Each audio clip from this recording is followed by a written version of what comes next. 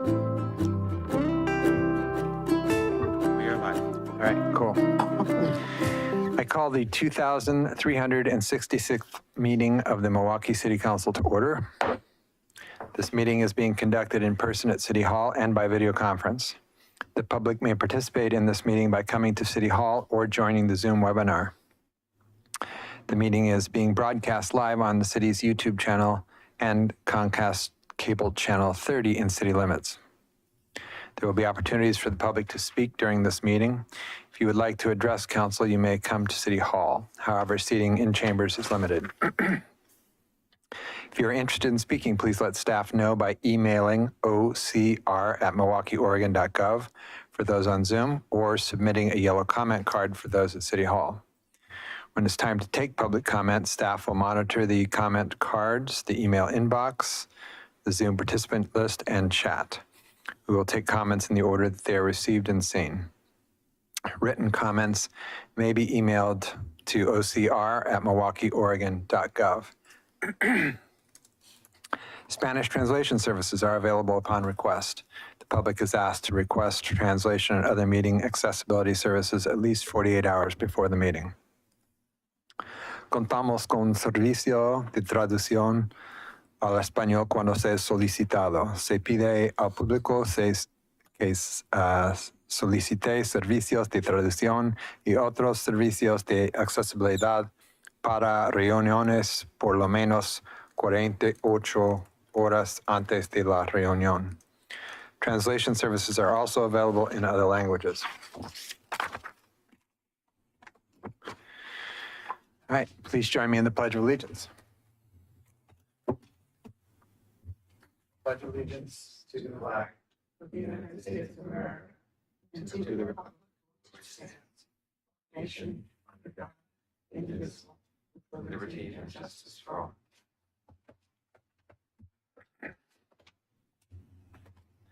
The City of Milwaukie respectfully acknowledges that our community is located on the ancestral homeland of the Clackamas people. In 1855, the surviving members of the Clackamas signed the Willamette Valley Treaty, also known as the Kalapuya, etc. Treaty, with the federal government in good faith. We offer our respect and gratitude to the Indigenous people of this land. The October Letting Libraries lecture series presents Chris Rempel, a cultural education specialist for the Confederated Tribes of Grand Ronde, and special address from City Councilor Adam Khosrabadi. The event takes place in person at the Letting Library, but there is an option to also attend virtually using Zoom, or you can watch the recording later. The city is in the process of preparing 2 housing reports that will help the city better address its housing needs over the next 20 years. Community participation is critical for the project's success. So the city is hosting several community activities over the coming months. One of the activities is a brief survey open to all community members through October 17th. Visit Engage Milwaukie today to learn more about Milwaukee's housing needs and participate in the survey. The city is holding 3 park planning meetings in October that will each include a survey on Engage Milwaukie. The meetings and the surveys are the final opportunities to provide feedback before the plans are finalized. All meetings take place at the Letting Library from 6 to 8 p.m. The Scott Park meeting is on Thursday, October 6th. Balfour will be on Thursday, October 13th, and Bowman Bray will be held on Monday, October 17th. Surveys will be available from October 6th through October 19th. Save the date for the city's 2022 Arbor Day celebration on Saturday, October 22nd. Several events will take place that day from 9 a.m. to 1 p.m. The Friends of Trees will lead a tree planting. Register today for a tree or sign up to volunteer. From 11 a.m. to 1 p.m., PGE will hold an electric tool exchange and showcase an all-electric tiny home. Lastly, the city will hold the official Arbor Day celebration from 1 p.m. to 3 p.m. with a ceremonial tree planting, free trees, donuts, crafts, and the tree planting is citywide, but all other events take place downtown across from City Hall. For more information about each of these events and others, please visit the city's homepage milwaukieoregon.gov or call 503-786-7555. Can I note one more item, Sure. which is this Saturday being the second Saturday of the month means the Milwaukie Parks Foundation and the Wetlands Conservancy will be having a work party in Minthorn Springs on 37th Avenue. So if anyone is interested in coming out and helping, that's from 9:30 to noon on second Saturdays, actually all through the end of the year, but most notably this Saturday. Thank you. Anybody else? Anything? Okay. Our next item is Domestic Violence Awareness Month, and this is a proclamation, and it will be presented by our Police Chief, Luke Straight.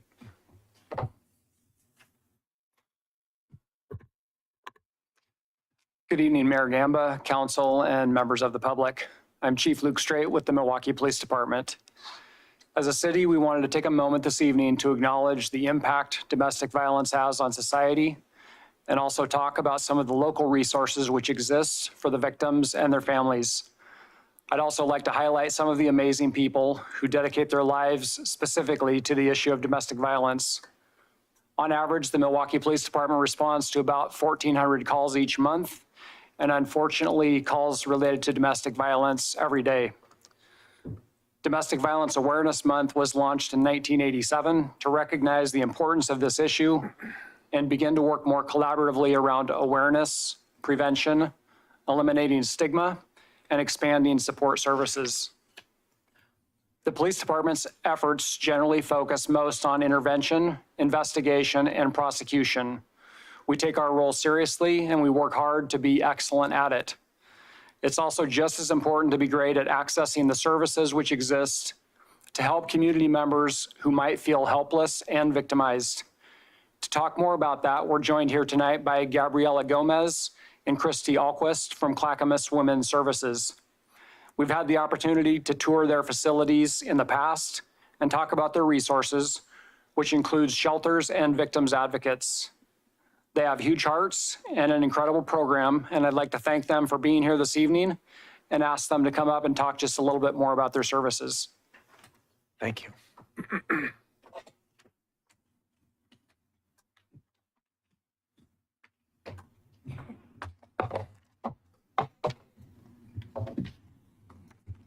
Welcome. Thank you. Good evening, Mayor and Council members. My name is Christy Alquist, and I'm the Community-Based Program Manager at Clackamas Women's Services. And my name is Gabriela Gomez, and I'm the Community-Based Services Director with Clackamas Women's Services. So just a little bit about Clackamas Women's Services, and we are proud to serve the community of Milwaukie and also the greater Clackamas County area. We provide services to survivors of domestic violence, sexual violence, trafficking, stalking, and elder abuse. We do this through a variety of different programs. We have an emergency shelter and housing, 24-hour crisis and support line, as well as a confidential text and chat line through our website. Community-based services are located at a Safe Place Family Justice Center, where we're able to provide confidential advocacy services, assist with emotional support, safety planning, and resource and system navigation. We also have counseling and support groups that we offer. We have a children's program that recently included confidential youth advocates, a violence prevention team that goes into schools K through 12, and then of course our Camp Hope, which everybody loves. We also support with legal services.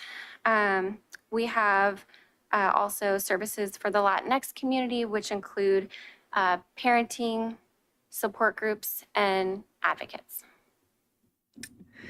Thank you for making space for us to join tonight's proclamation. We are so appreciative of your commitment to raising awareness of domestic violence and for support you've shown survivors over the years.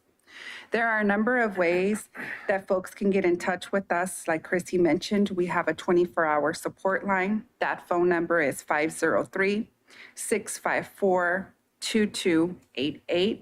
We also have a text and chat that you can find on our website, which is cwsor.org. Or also you can come into our into a Safe Place Family Justice Center, which is located at 256 Warner Milne Road in Oregon City.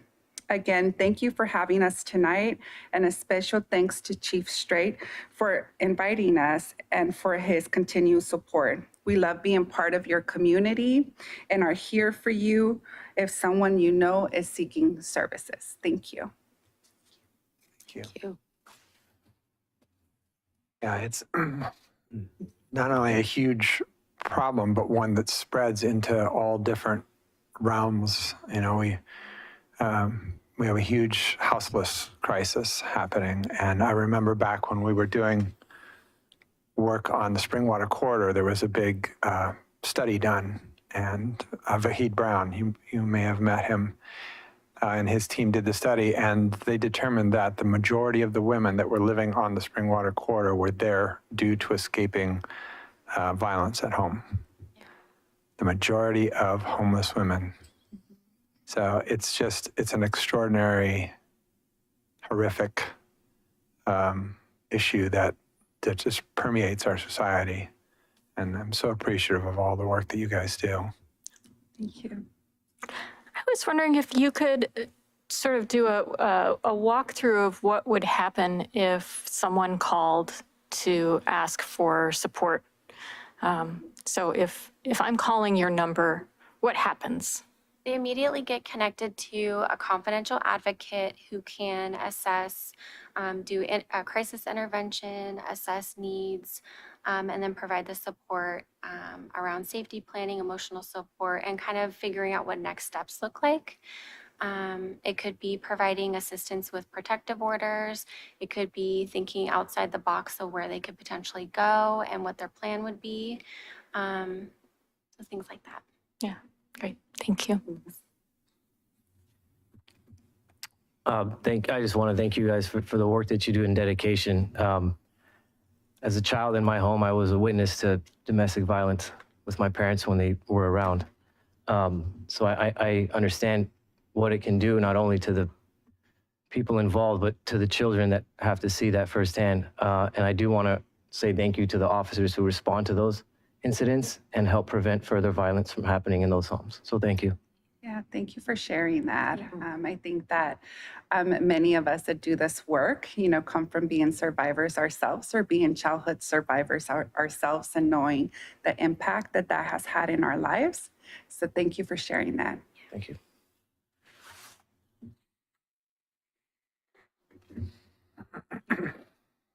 All right, the proclamation. Whereas domestic violence is a tragic and serious crime that affects millions of Americans of all races, ages, gender, and income levels. And whereas the repercussions of domestic violence can threaten our communities daily, and trauma related to domestic violence may result in long-term adverse effects on survivors' physical and mental health and well-being. And whereas domestic violence costs this nation billions of dollars annually in medical expenses, police and court costs, shelters, foster care, sick leave, absenteeism, and non-productivity. And whereas during the month of October, domestic violence advocacy organizations, victim-serving professionals, systems partners, communities, and allies come together to unify and support those working to end violence, support survivors, raise community awareness of the devastating effects of domestic violence, honor and support those that have survived, and mourn those that we have lost. Now, therefore, I, Mark Gamba, Mayor of the City of Milwaukie, a municipal corporation in the County of Clackamas in the state of Oregon, do hereby proclaim October 2022 to be Domestic Violence Awareness Month and recommend that all Milwaukie community members work toward the elimination of violence in all forms. Thank you. Thank you.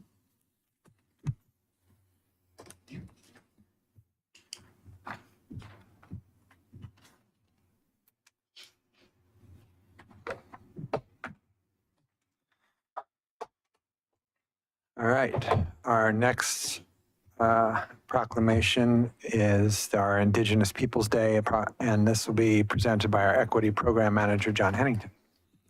Good evening. Hi, Mayor, councilors.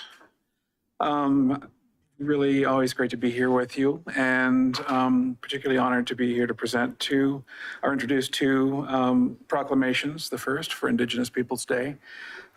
This is the second year that Indigenous Peoples Day has been a holiday and the official holiday in the state of Oregon, and the second year that it has been recognized at the federal level. Last year was the first year that that occurred with President Biden's proclamation, so glad to be here for this this event as we sort of look to honor the communities that were caretakers of this land long before us. That is, of course, celebrated at this time because of the Columbus Day holiday, and in the recent years, there's been a growing movement to recognize that there were many people on this land caring for it long before 1492. So this year is also the second year that the city of Milwaukie is partnering with Clackamas County this year as a sponsor of Clackamas County's Indigenous Peoples Day celebration. Last year was entirely online, remote. This year it is in person.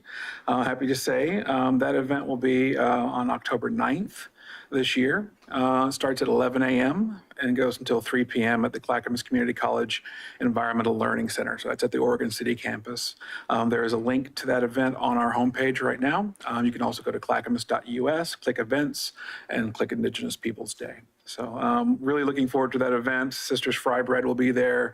Loom demonstration with AC Ramirez, storytelling with Darlene Foster and Ed Edmo, flautist Jan Michael, pardon me, Looking Wolf, and many others. It should be a lot of fun. It's a event for people of all ages and a great way to celebrate the Indigenous communities of the state of Oregon, and particularly those here in Clackamas County, or what is now Clackamas County. And with that, I think we have a proclamation. All right. Whereas the city of Milwaukie recognizes that Indigenous peoples of the lands known as the Americas have lived on these lands since time immemorial, and whereas the city wishes to honor the fact that the community of Milwaukie is built upon the traditional homelands of the Clackamas people, and affirms the legal rights of the 9 federally recognized tribal nations in the state of Oregon and all Indigenous peoples everywhere. And whereas Indigenous Peoples Day was first proposed in 1977 by a delegation of Native nations to the United Nations sponsored International Conference on the Discrimination Against Indigenous Populations in the Americas. And whereas the city is committed to protecting and advocating for justice, human rights, and the dignity of all people who live, work, and visit our community, and to supporting the principles contained in the United Nations Declaration on the Rights of Indigenous Peoples endorsed by the United States on December 16th, 2010. And whereas the Declaration recognizes the right of Indigenous peoples to the dignity and diversity of their cultures, traditions, histories, and aspirations, which shall be appropriately reflected in education and public information, and places an obligation on states to take effective measures in consultation and cooperation with the Indigenous peoples concerned to combat prejudice and eliminate discrimination, and to promote tolerance, understanding, and good relations among Indigenous peoples and all other segments of society. And whereas the city wishes to recognize the second Monday in October as Indigenous Peoples Day as an opportunity to reflect on the ongoing struggles of Indigenous peoples of this land, to celebrate the thriving cultures and values of the Indigenous peoples of our region, and to stand with the Indigenous peoples everywhere. Now, therefore, I, Mark Gamba, Mayor of the City of Milwaukie, a municipal corporation in the County of Clackamas and the State of Oregon, do hereby proclaim October 10th, 2022 to be Indigenous Peoples Day in Milwaukie. Thank you, Mayor. Thank you, councilors. Thank you. And you can just stay there, huh? I'm going to hang out for a bit. So our next proclamation is Hispanic Heritage Month, which will also be presented by our Equity Program Manager. Thank you, Mayor. Hispanic Heritage Month began on September 15th. It runs through October 15th. One of the first questions I get about that holiday, not holiday, but about that celebration is, why does it start and end in the middle of a month? And the proclamation, I think, answers that, so I won't spoil that. But there is, this is a commemoration that began in 1968 with the first proclamation of National Hispanic Heritage Week by then President Lyndon Johnson. 20 years later, was expanded to a month with a proclamation by President Ronald Reagan and enactment of public law. So this is now a month-long celebration of the many communities and many people who trace their ancestry to numerous countries in Latin America, as well as, of course, Western Europe. This is both the Spanish-speaking nations, as well as many people who identify as Latino, Latinx, or Latina. This is a growing celebration, and I really want to thank one of our Equity Steering Committee members, Cheyenne Gutierrez, for consulting with me a bit on this and reminding me that often when we talk about this month, Spain is the first country in the list. And it's always good to get helpful reminders of the fact that Spain, of course, yes, spread its language to these countries, but the cultures of these nations and these peoples goes long before the Spanish arrived. So similar to Indigenous Peoples Day, it's helpful to remind ourselves of the richness of the tapestry that forms these communities. We have so many stories that have been woven into our own, and this is an opportunity for us to celebrate more of those stories. So with that, please read the proclamation. All right. Whereas each year the United States observes National Hispanic Heritage Month by celebrating the culture, heritage, and countless contributions of those whose ancestry extends to the Caribbean, Central America, Mexico, South America, and Spain. Whereas National Hispanic Heritage Month began as a week-long observation declared in 1968 and grew to a month-long celebration in 1988 and is now celebrated from September 15th to October 15th each year. And whereas September 15th is a significant date because it marks the anniversary of independence for the Latin American countries of Costa Rica, El Salvador, Guatemala, Honduras, Nicaragua. In addition, Mexico and Chile celebrate their Independence Day on September 16th and 18th, respectively. Whereas we celebrate Hispanic Heritage Month to show our gratitude for the achievements, inspiration, and service our Hispanic and Latino community provide to our city, region, and country every day. And whereas Hispanic and Latino individuals help drive our small business economy as workers, business owners, and entrepreneurs, enrich our academic environment as teachers, professors, and engineers, participate in the good governance and betterment of our society, take leading roles in the labor movement, and ensure our health and community as nurses, doctors, caretakers, and childcare workers. And whereas the culture and traditions of Latin America and the Hispanic families are deeply woven into the fabric of our community and country, and whereas the city wishes to recognize the month beginning September 15th and ending October 15th as an opportunity to reflect on the enormous contributions, celebrate the culture, traditions, and diversity, and to stand with the Latino and Hispanic communities. Now, therefore, I, Mark Gamba, Mayor of the City of Milwaukie, a municipal corporation in the County of Clackamas in the state of Oregon, do hereby proclaim September 15th through October 15th, 2022 to be Hispanic Heritage Month in Milwaukie. Excellent. Thank you. Thank you, Mayor. Thank you, councilors. And I will be back. All right.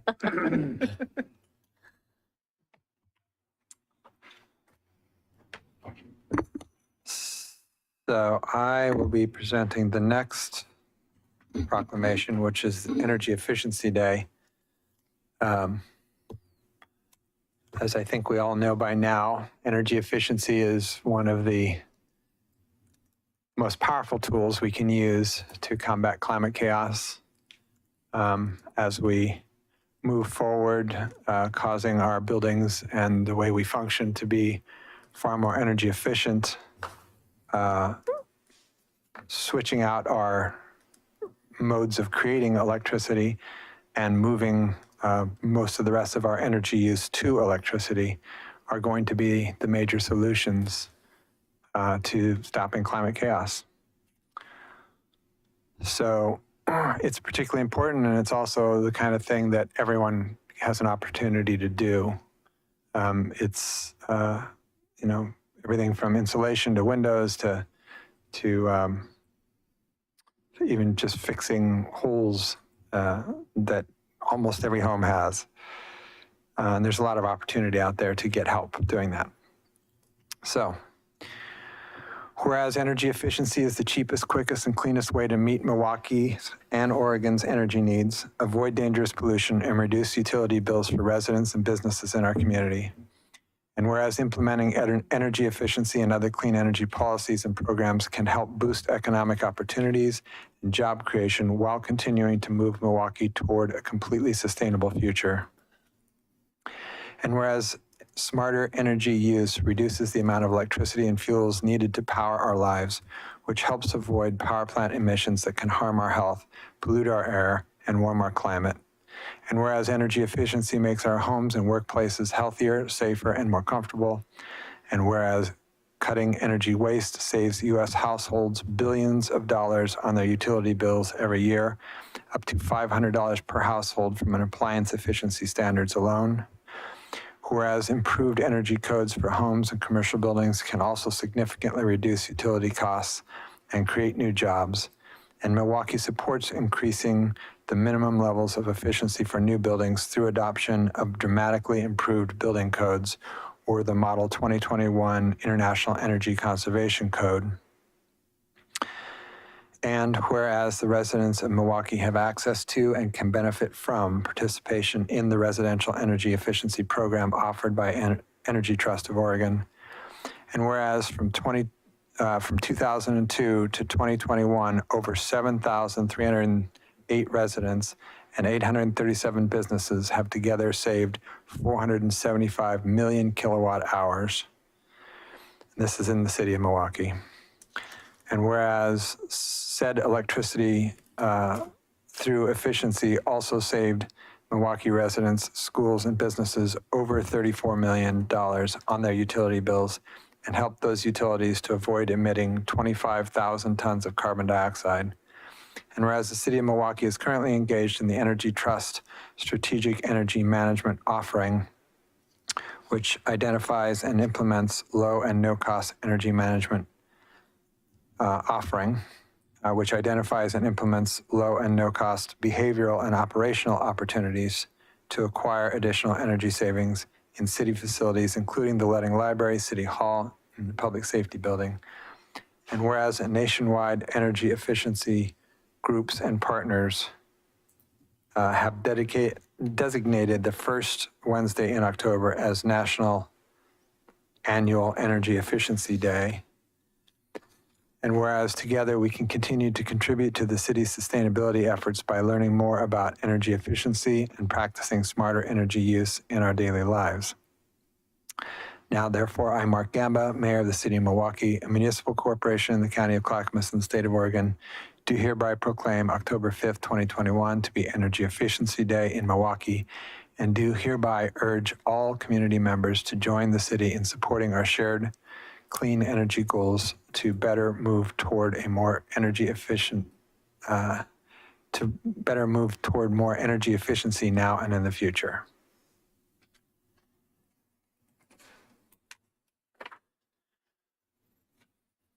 All right. City manager updates. Ms. Ober. Hi.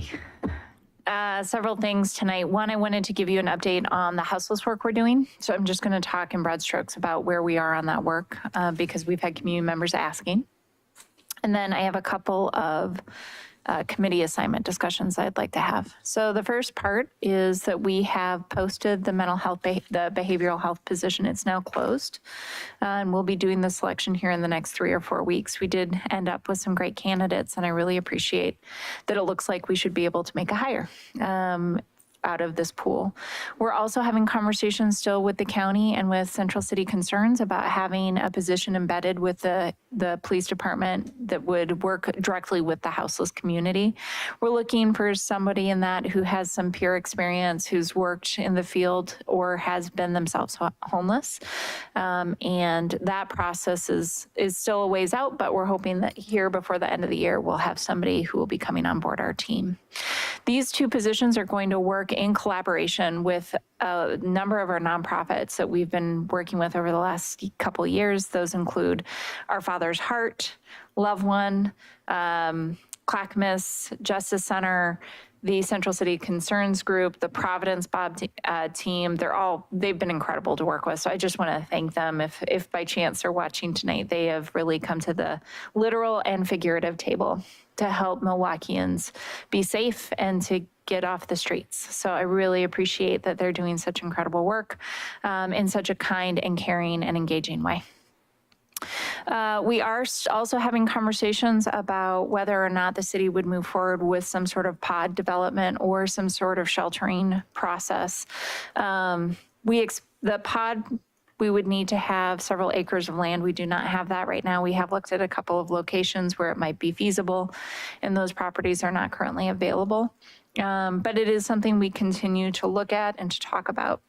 We'll be bringing forward a houseless camping ordinance here in November. That ordinance is going to address individuals who, for some reason or another, are less interested in moving off the streets into housing or into services. And it also is to create the space necessary so if we do have a shelter in the future, we're able to manage that space and the nonprofits are able to manage that space appropriately. They have seen that ordinance. The groups that I listed before have seen that ordinance. Oh, and Bill at the prosecutor's office, he's been wonderful as well. So at this point, we have that all peer reviewed and it's going to be before you in November. So I want to call out Kenny Simak in our detective's office, the chief of police, as well as Joseph Brelio and others who have been showing up and doing this hard work with me. And I really just deeply value the heart and caring that they've been bringing to these discussions. Any questions about where we're at on that process? Perfect. We will bring the individual to you when we have the behavioral health position, just so you can get to know them. They'll probably do a quick presentation on the types of services we'll be providing and what that interaction is going to look like with members of our public. But I'm guessing we're about 3 or 4 months out from that, just to give them some time to get their feet under them. Yay. No, it's very exciting. The response we've gotten from community members has been very positive.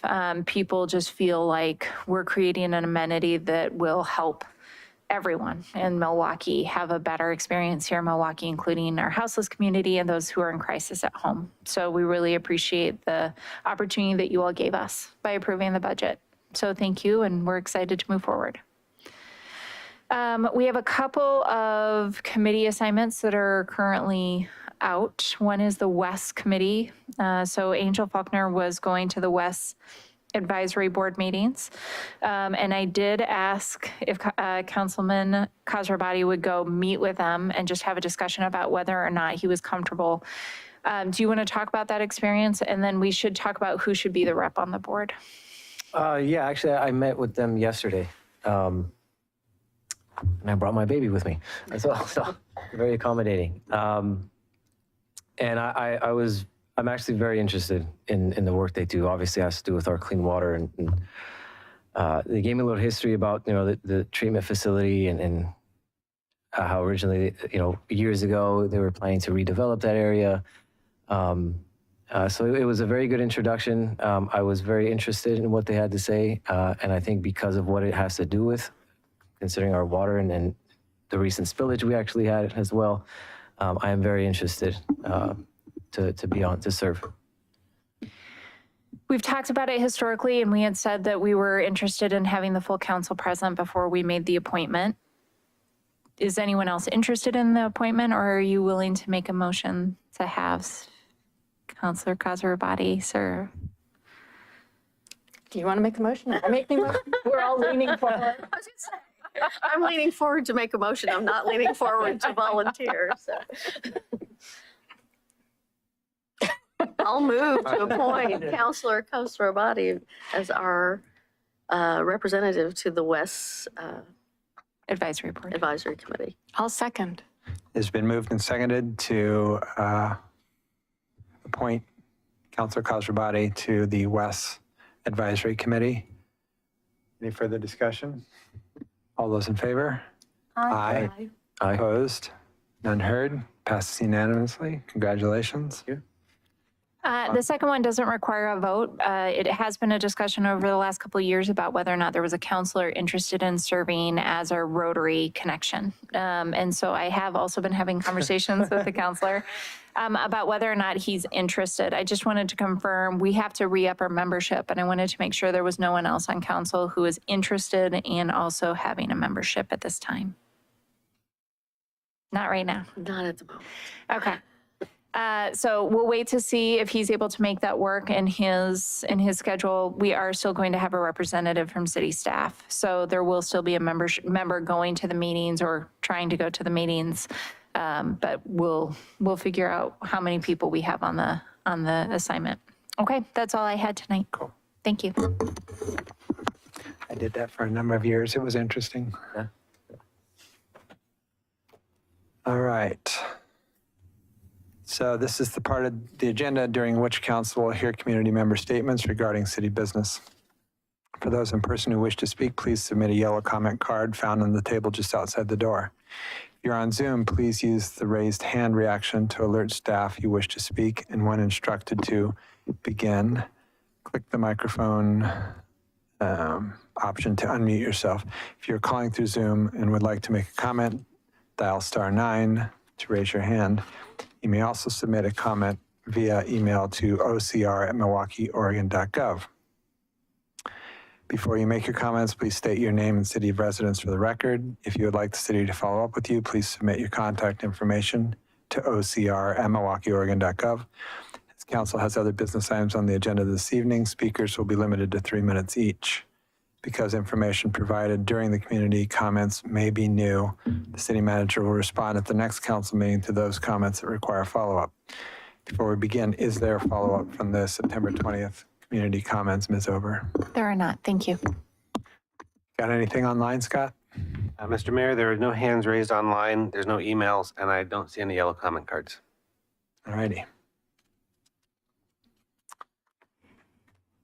We'll move on to the consent agenda. If anybody pops up, let me know. Tonight's consent agenda includes minutes of the City Council from September 6, 2022 work sessions and September 6, 2022 regular session, and an Oregon Liquor Control Commission application for Ohana Hawaiian Cafe at 10608 Southeast Main Street for limited off-premise sales. Does any member of council wish to remove an item from the consent agenda? And that would take place, in that case, I would entertain a motion. I move to approve the consent agenda. I second. It's been moved and seconded to approve the consent agenda. All those in favor? Aye. Aye. Opposed? None heard? Passes unanimously. All right. Just so everyone's aware, I'm adding a third business item tonight that'll be no more than 20 minutes to talk about trying to coordinate to encourage Clackamas County to more or less do what we've done around climate goals. But the first item is the new City Hall updates, which will be presented by our Assistant City Manager, Kelly Brooks.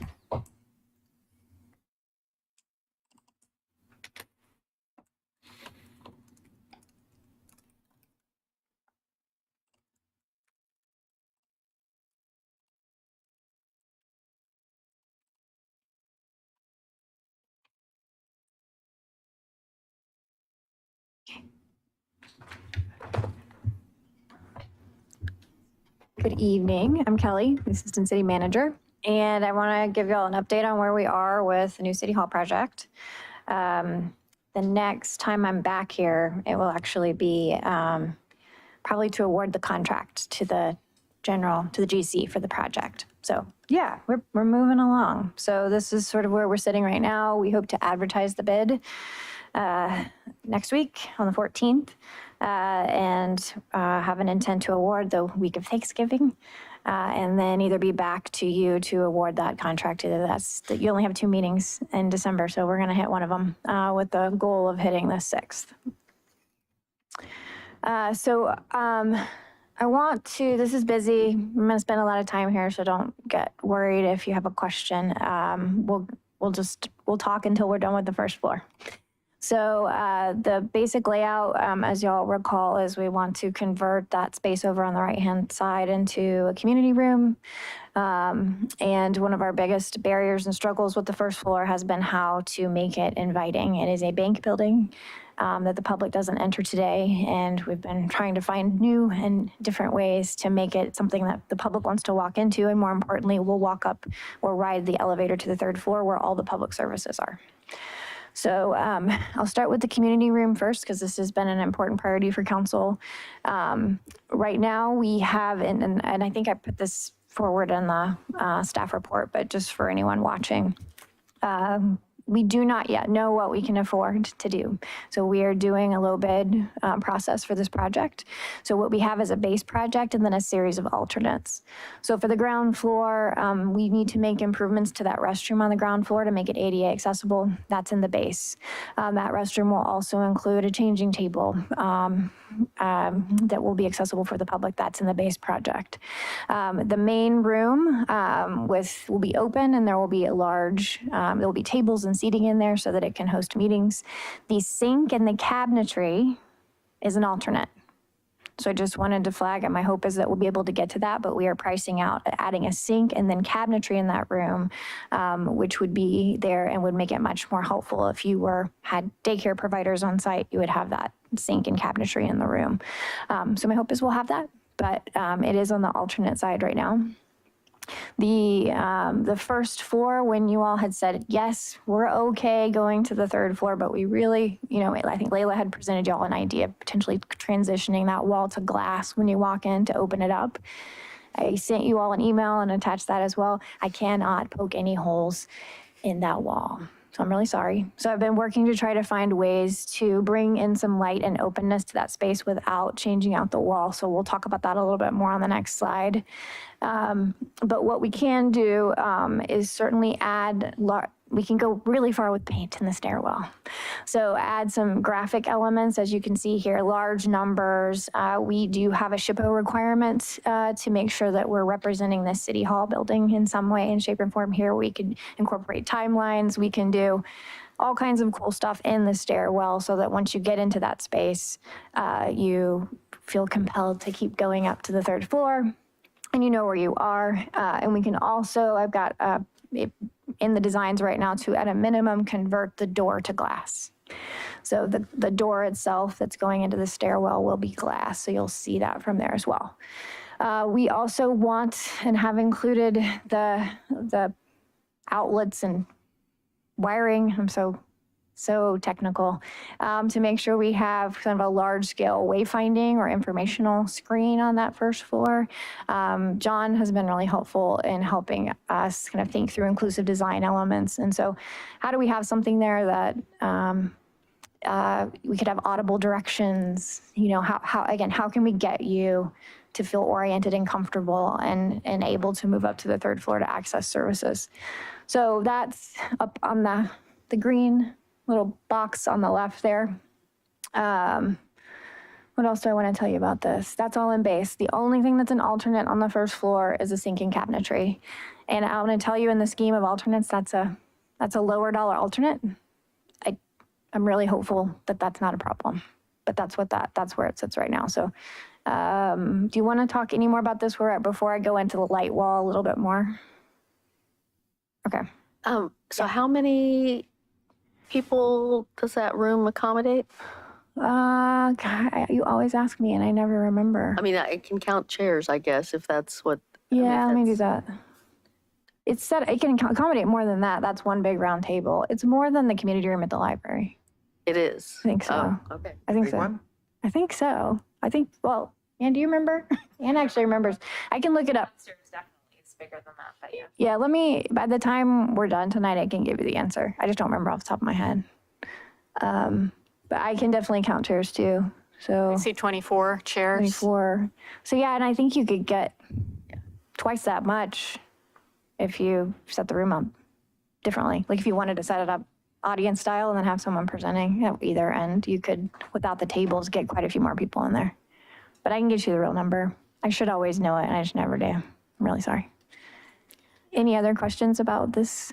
Just, Yeah. we always harp on inactive storefronts, and it's been an ongoing discussion about City Hall, that if we have this as a conference room or community space, how do we make the window space active? So I'm just wondering if there's been any consideration of having those windows designed in such a way that you could have displays or... Thank you. Yeah, and that's thank you for mentioning that, because the one thing I do need to talk through tonight, which I didn't mention, is art. So this is a 1% per art project, and there's a couple different places that we've identified as placement for that art. One of them is the west wall, which should be visible from the street. So maybe a large scale, something in the community room that you could see from the street. I know that's not storefront. I know that's not the ledge. I can ask that question if there's anything on the ledge, but mainly what I've been trying to do is figure out how I can get things on that western wall that you can see from the street, and therefore it won't just be dead space. We also are taking, I didn't forget to mention, but we are taking the ATM out too. And I'm confirming right now whether. Oh, I know. Yeah, I know, I'm sorry. Only ATM that's credit union connected in the city of Milwaukie. I know we're taking it out.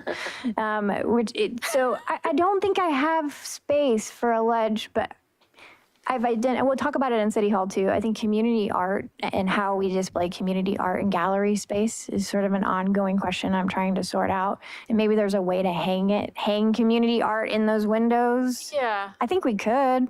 That's kind of what I was thinking, is that there's a multiplicity of ways you could do it. And are any of them being considered was my main question. You could totally hang it from the ceiling or from the sides, the frames, if they're designed with that in mind. Okay. Yeah, I'll make note of that and let's see what we can do. I think especially if we don't end up spending our art resources in this room for a larger scale mural, we're gonna need to do something like that. If we do have a larger scale art piece that goes in here, then we might not hang other pieces to conflict, in conflict with that. But so the other place, the art is on the first floor. Anything else before I move on to the light wall? Anybody? Okay. Okay, so what do I mean by light wall? And this is all, don't get distracted by the picture on the lower left, because it's not gonna look like that. But what we want to end up with is a wall that's out of those materials up at the top, chroma, and you can do any number of things with that. You can put images in it, that's on that wall that we were gonna make glass. We'd backlit it so it would be light. What we're kind of inclined towards is something right now which also has some lines similar to the staircase. So I don't know how they'll translate that, but the lines in that tree, like that's sort of what you would see as if you had sort of a tree image that were infused into that glass.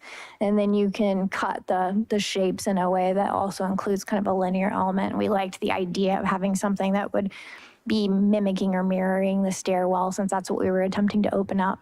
Now, what that image is part of what we would be doing for the art RFP, right? We would be doing kind of what we did with the letting. This would be a place, and then we would commission the art, and then the art would be incorporated into the design of the light wall. And then what we have, that's all in the base, because I said you could have a glass stairwell, and now I'm telling you you can't. So we have to have something here, and that's a base part of the project on the first floor. And what we're also hoping to do is potentially mirror that same thing on the third. So we could have a similar light wall when you get off on the third floor that then would kind of pull you from the first to the third. And that would be a part of that artist commissioning as well.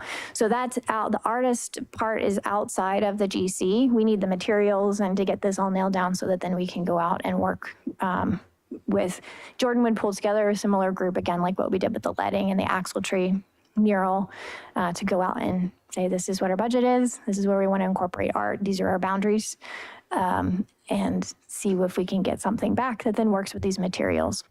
So that's kind of where we're going right now in terms of materiality and concept. Any concerns, or do you feel like this is starting to make up for the fact that I'm not putting in glass, or? And then and again, we actually brought in a separate architect to help us with this piece outside of Bainbridge. Because originally I thought I needed someone to build me a new wall with a structural engineer. So we would then carry this into the themes that we use inside the stairwell as well. They would all tie in. So. It sounds cool to me. And I just, the minute I started thinking about the light wall, I started thinking about the Tillicum Bridge and how light is the art aspect of that project, because you have the temperature gauges that are hooked up to the light installation that lights up the bridge at night, and it changes with the temperatures in the river. So I think you could get some really interesting dynamic art out of having something like this in there. I say that having zero understanding of any of the technology behind it, but I can certainly see the potential with my imagination. And I get that you can't take out a structural wall, so it's not your fault, Kelly. It took 10 minutes, but the structural engineer was just like, no, you really can't. So I think this it's in concept form right now, but if you like it, this is hopefully okay. Then we don't have the artist on board. I mean, we could just say, hey, we like what the architect's coming up with. We like this tree line, but I think it's a really cool opportunity to have some original artwork right when you walk into the building. So that's the direction that we're planning to head in. And then you just have to stay tuned. We'll come back and probably talk art as a whole when we get further along, so I can give you more sense. We'll get the GC on board and then make the art timeline sync up with their schedule. If there is an RFP that goes out, it would be great to contact the Portland Light Festival folks. Okay. Just because there's so many really interesting dynamic installations that come out of that. Some people doing really interesting work. Yes. All right, anything else on this before I move over to the third floor? I think that's where I go next. Okay, your room. Council chambers, you'll see this in I think Scott gave you an update. I was out of town. But we've landed here with your input. We did add the additional exits at the back of the dais to help with emergency access. We are still looking at the potential of doing a modern fold wall that would allow the room to be divided in two. So we do have the architect working on that because that is a structural piece. Those are sort of the two options that could look like at the bottom. I have communicated that our priorities are really about functionality, sound, so that it's actually usable, right? So how well is sound staying in one side or the other? Otherwise, it doesn't do us very much good to have it. So they're keeping that in mind. I have also said I don't love that it's all stacked up on one side like that, because I don't want it to kind of, when not in use, to be a visual impediment to people sitting in the audience. So they are right now looking at how to split that up, have the storage for the door be on both sides of the room so it can be a little more symmetrical. I don't know if this is going to make it, y'all. It's an alternate. This is an alternate. So we'll get it designed. We'll see what it costs. We'll get some costs back. We do have a lot of meeting rooms in this building, so I believe we can function pretty well without it. So if it is very expensive, it will not make it. But we do want to cost it out just because it could be a useful amenity if we can afford to make it happen. The new dais, we are not planning to move this one over right now. It's lovely. But we are planning to have the new one be ballistic proof, so it will have a security function. And we would like in this room to have some community gallery space. So we've enjoyed having the art in the room. We think it's a great place to showcase community work and the city's growing collection of work. So we will make sure that there's a wall in this room that does that for us. The only other thing, and I don't know if Scott wants to chime in, we tried really hard to make this dais raised just for audio purposes. And the more we've gone back and forth on it, we really couldn't do that and make it ADA accessible. So right now that it is at the same height. We've looked at stools or ways to raise you up. And then I've said, they're here really late sometimes, and I don't want them falling off stools. So Thanks for looking at us, Kelly. yeah, so I think at this point you should plan on it not being raised, but that Scott's gonna have to work extra hard with our consultants on acoustics to make sure that everything sound-wise works given that situation. Wait, so the raising idea was about sound carriage? Can help a lot with sound. Yeah. Oh, really? Mm-hmm. I mean, I don't like the feel of that, so I'm not You're okay. I'm not sad that you Okay. can't raise the die. It's sound and visual to an Yeah. extent. When you're in the back of, even in the back of this room, when it's full, it's hard to see the dais. Yeah, But there are just too many doors behind the dais to make it work in the Yeah. ADA, yeah. to make it pencil out in a way that doesn't take over the entire room, so. The other thing, it's not shown here, everything else in council chambers besides the bifold doors base. We are asking for an alternate regarding converting the third floor restrooms to gender neutral. So basically every stall would be its own on both the public and private, the secure side access. I don't know what that's gonna cost. I do think it would be really challenging to not do it. So that is a high priority item for us based on all the feedback we've gotten from staff and others on the need for gender neutral bathrooms in this facility, and to make sure that we have some of those available on the third floor where the public's going to be most often. But it is an alternate at this point just because I have no idea if we can afford it. So that's the big piece that will come back. All of the improvements related to the front counter and the base, we have to have a council chambers, and we have to have front counter operations. So those two are must do. So your dais, that's sort of an elevation view of what that would look like, and some of the finishes that we're looking at in terms of paint color and the wood color of the dais and the carpet that would be in the chambers. Every time I look at them, I'm like, oh, these colors are boring. But then I remember we actually do want to be incorporating a lot of different artistic elements in these spaces, and that this is the backdrop for those. And so over time, I do like them and I like the color scheme, but also if you're having similar feelings, I share them at times. The examples, we have not settled on what to do with what goes behind here yet. I'm just telling you kind of some of the themes we're looking at. People love wood behind things. And the more we've looked at it, the more it's like, oh, that's a lot of wood. So we've kind of been drawn to these lighter color schemes with like some image, we don't know how to do it yet, but how can we take our logo and do that in more like glass or metal or things? And we think that might tie in well again with the light elements that we're bringing in through the first floor and hopefully the third floor. So we're not done. This will be an ongoing conversation that we have to sort out. But this is sort of some of the themes that we've been pulling in, is less, maybe more, not like Texas, but kind of like Texas, like where you have kind of a lighter tones behind at the back of the room. And we definitely have moved away. Some of them had really complicated things happening on the ceiling, and we didn't like those. Like, it doesn't need to be it doesn't need like large wooden things hanging from the ceilings or kind of huge wooden fortresses at the back of the room that were kind of imposing. We liked things that were a little more accessible and a little lighter. So, Have you consulted with a sound designer? we are consulting with sound. Not yet, but we're working on it. Yeah. So those elements that need to be there, like paneling, and we're gonna be doing some tours of local other chambers that have been done recently that hasn't worked out as well, so we can learn from them. We're lining that up. We will be.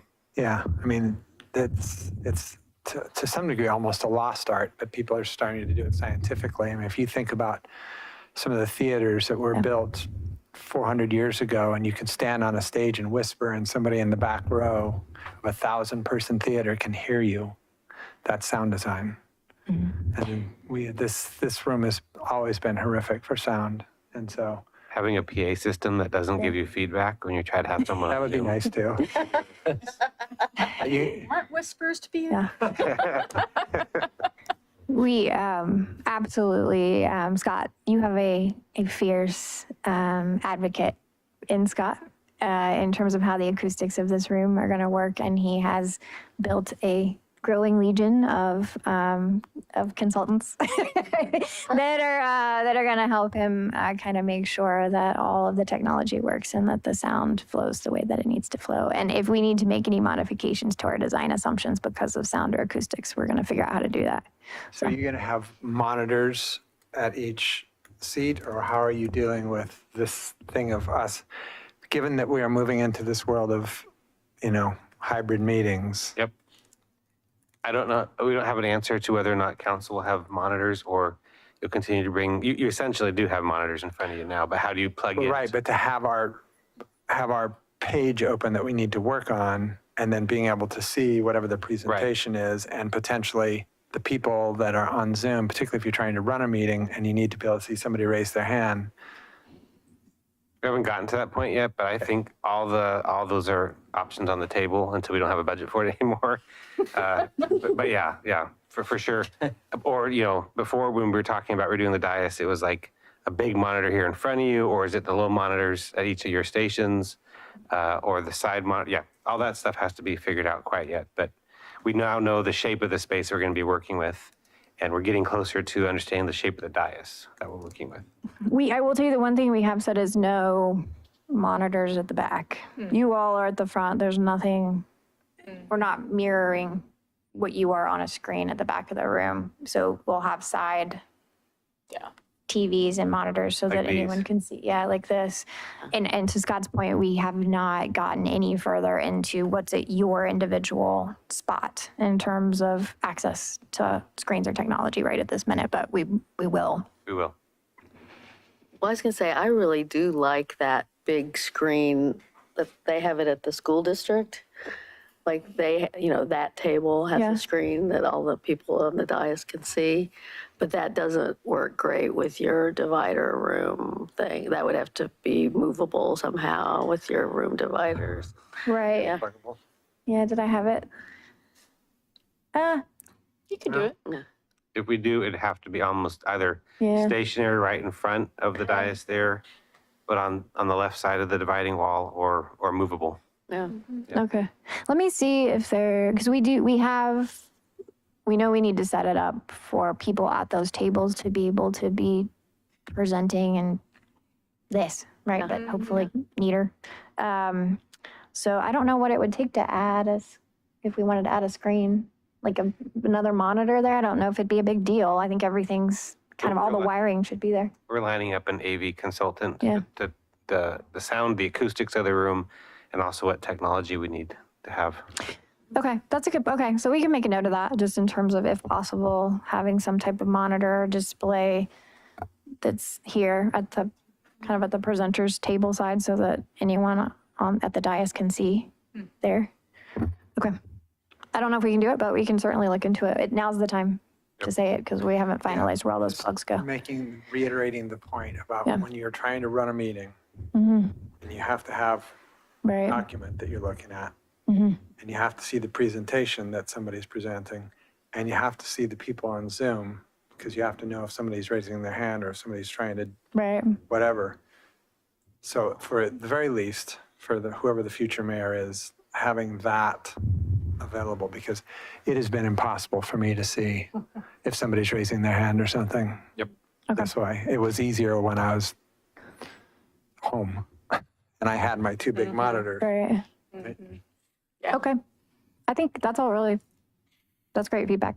And Scott has heard you, and he is the keeper of that part of the scope. So one thing I just want to flag is outside of the GC contract is we have to put new signs up. that means we need to design them. So it'll be pretty consistent with city branding. We've got, we just issued a contract with a sign vendor who can help us through that process, but I'll be coming back to kind of show you what that is, so there's no surprises.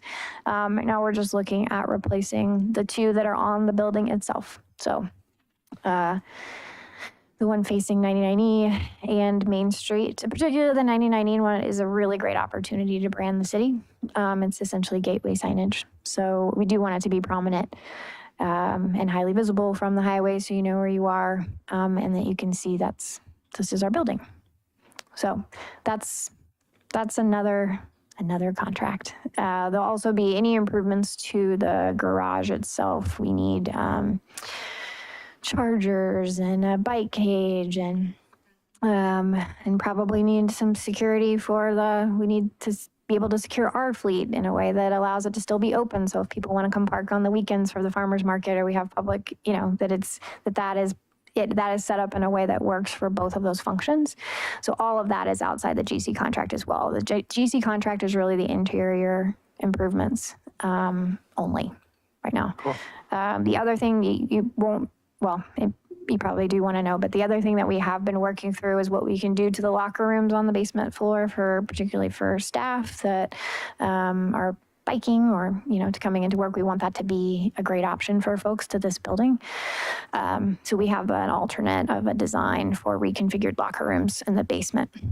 If we can afford it, we would love to be able to provide that. Can you just copy the amazing design that's existing in the current city hall from the original firehouse? Those showers terrify me. Oh, everything. And I don't know if, yes, yes, I can do. Yeah, no, everything's so bad in this building and at JCB. But so yeah, we have a lot of, from a city staff stakeholder perspective, I would say that's one of their top tier things that they're hoping comes out the other side of this process is better locker rooms and I didn't shower realize space. there was a basement. Oh yeah, there's a basement. And how big is the basement? It's giant. Oh, really? It's like the whole building? Yeah, it's giant. Footprint? Oh, Yeah. wow. But there's a bunch of, isn't there a bunch of computer? Yeah. Like there's a lot of equipment there that some of that will still need space for, right? Well, No? no. I mean, we have so all the records need to go over. So Scott's probably the biggest tenant of the basement. And then we have definitely some space that we've set aside for storage of all kinds, but event supplies and things like that. We do have the fire bay now. We don't have the fire bay. So how do we use that space? But no, it is an amount of space that makes me nervous. Like people will just start randomly putting stuff down there and then, yeah. So I have asked Bainbridge actually to make sure we have a full, everything is marked out. So this is the corner that's for planning stuff, and this is the corner that's for building stuff, and that everyone really, every space actually does have a function of some kind. The server room that they kept all of their servers and computer stuff in is great. That's your records room, right? No, I think the records room is not that room. It's not? Okay. Well, we have a server room. So I think that's, again, IT kind of has their fingerprints on that, even though they don't have any use for it right now, just because that's what it was designed for. So yeah, so there's lots of space down there. And not really great locker rooms. There's 2 showers down there currently. So. Any other questions, comments? On the outside, I'll mention just real quick that we are considering where the flagpoles will go.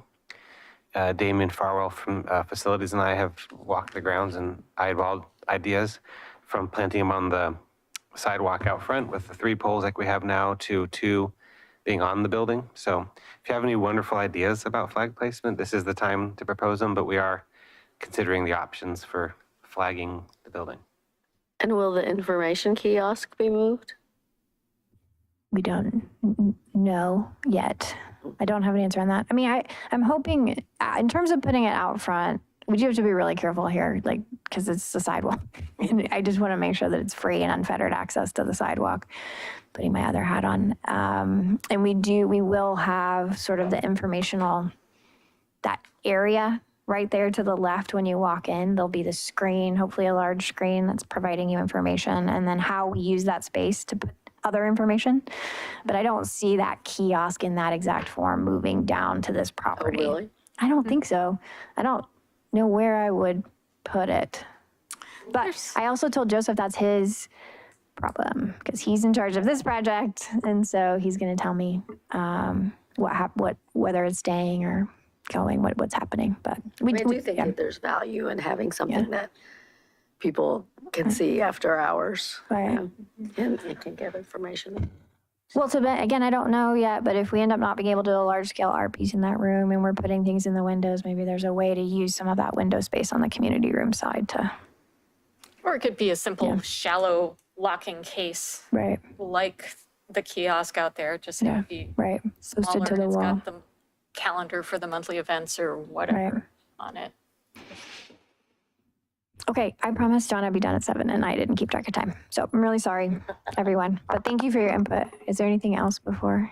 Okay. On a different topic, Oh, okay. the thing you took off the agenda tonight, is it something serious that Oh, took it off Kellogg. the agenda? Oh, for anyone who's watching, no, I hope not. We have a cooperative agreement with Kellogg, with Nikki Wick, North Clackamas Watershed Council for the congressional funding for Kellogg. And I just thought it was farther along than it was. Neil had done a review, and I thought that was his review, but he had sent it off to his attorney, and his attorney has some questions about the indemnification language. And that's substantive enough where I can't just be like moving ahead, right? We got to figure out if we agree on that. But I don't expect, I do not view this as a major setback. But we do need to make sure we agree with each other and understand what we're talking about. Yeah. Thank you. Yep. All right, thank you, Kelly.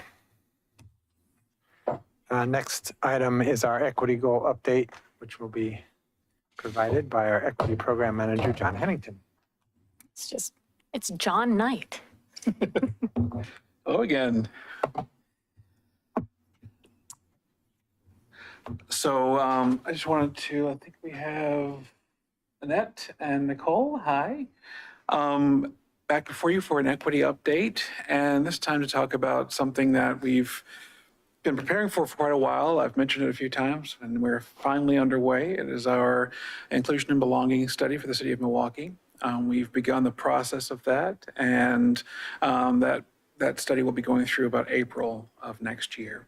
Right now, we're in the beginning stages of it, and we have with us Dr. Nicole Yates and Annette Humkeen from Keene Independent Research, who have, and I'll tell you more about their firm and what they're doing and how they're approaching this study. But I'll just tell you a little bit about how we came to this place. Just going back, just under 2 years ago, when I first spoke to you all, we talked about the direction we were going. We had 3 phases of how we were approaching the equity work in the city. And that third phase was really equity across the city. We were really dealing with all of the questions and concerns around everything that happened in 2020.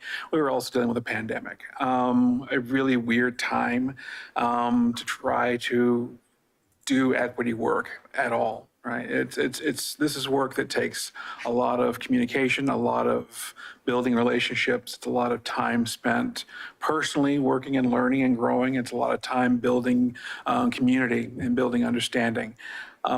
We've now moved out of, well, sort of out of that phase, and we're able to get more of a sense of who we are as a community. And so at this point, really to grow forward, we really need to take a really clear picture of who we are, what it means to be an equitable community. We've set some goals around that. It's part of our city vision.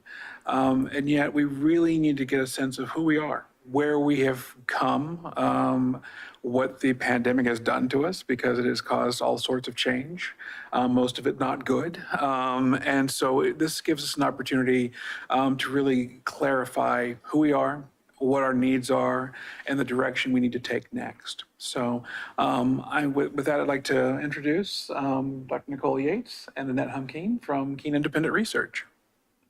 Welcome. Thank you, John. Hi, so I'm Dr. Nicole Yates, and I have Annette Humkeen here, who's a principal with the firm. I am a consultant, and we've got a brief presentation Can you for hold on just a second? We're trying to get the volume working here. Yes, absolutely. Give us a test. Okay, test. Thank you. Okay. Good, we're good? Yeah, please start over. I'm sorry. Fantastic. No problem. I was just saying that we have a brief presentation for you today, and we're going to try to leave, so I'm going to try to get through this quickly so that we can leave some time for questions at the end. But I'm, as John said, I'm Dr. Nicole Yates. I'm a consultant with Keene Independent. I'm here with Annette Humkeen. She is a principal with the firm, and so we're going to go ahead and screen share and show you all this presentation. Let's go ahead and get it started from the beginning. Oh. Okay. Well, I'm gonna pause that for a second. I didn't like what I did just now. There we go. Okay.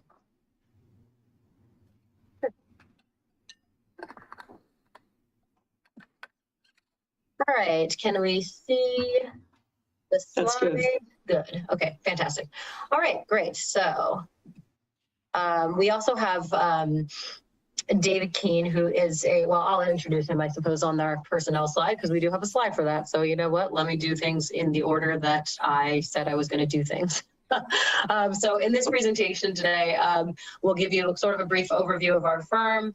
Then Annette will speak to you about how we approach DEI in our work.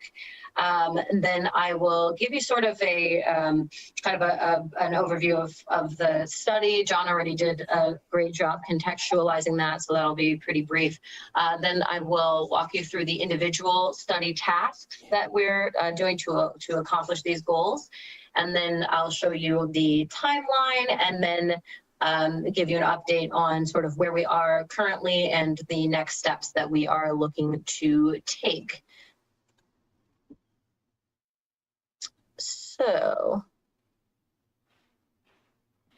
this always does this where it doesn't want to advance, but let's click. There we go. Okay, so we, Keene Independent Research, we have a staff of 24, and we are located throughout the country. Our main offices are in Denver and Phoenix, but we have personnel sort of everywhere. I personally am located in the Los Angeles area. We have a lot of experience with DEI, particularly in the state of Oregon. We're currently working on another project for Oregon's mental health regulatory agency.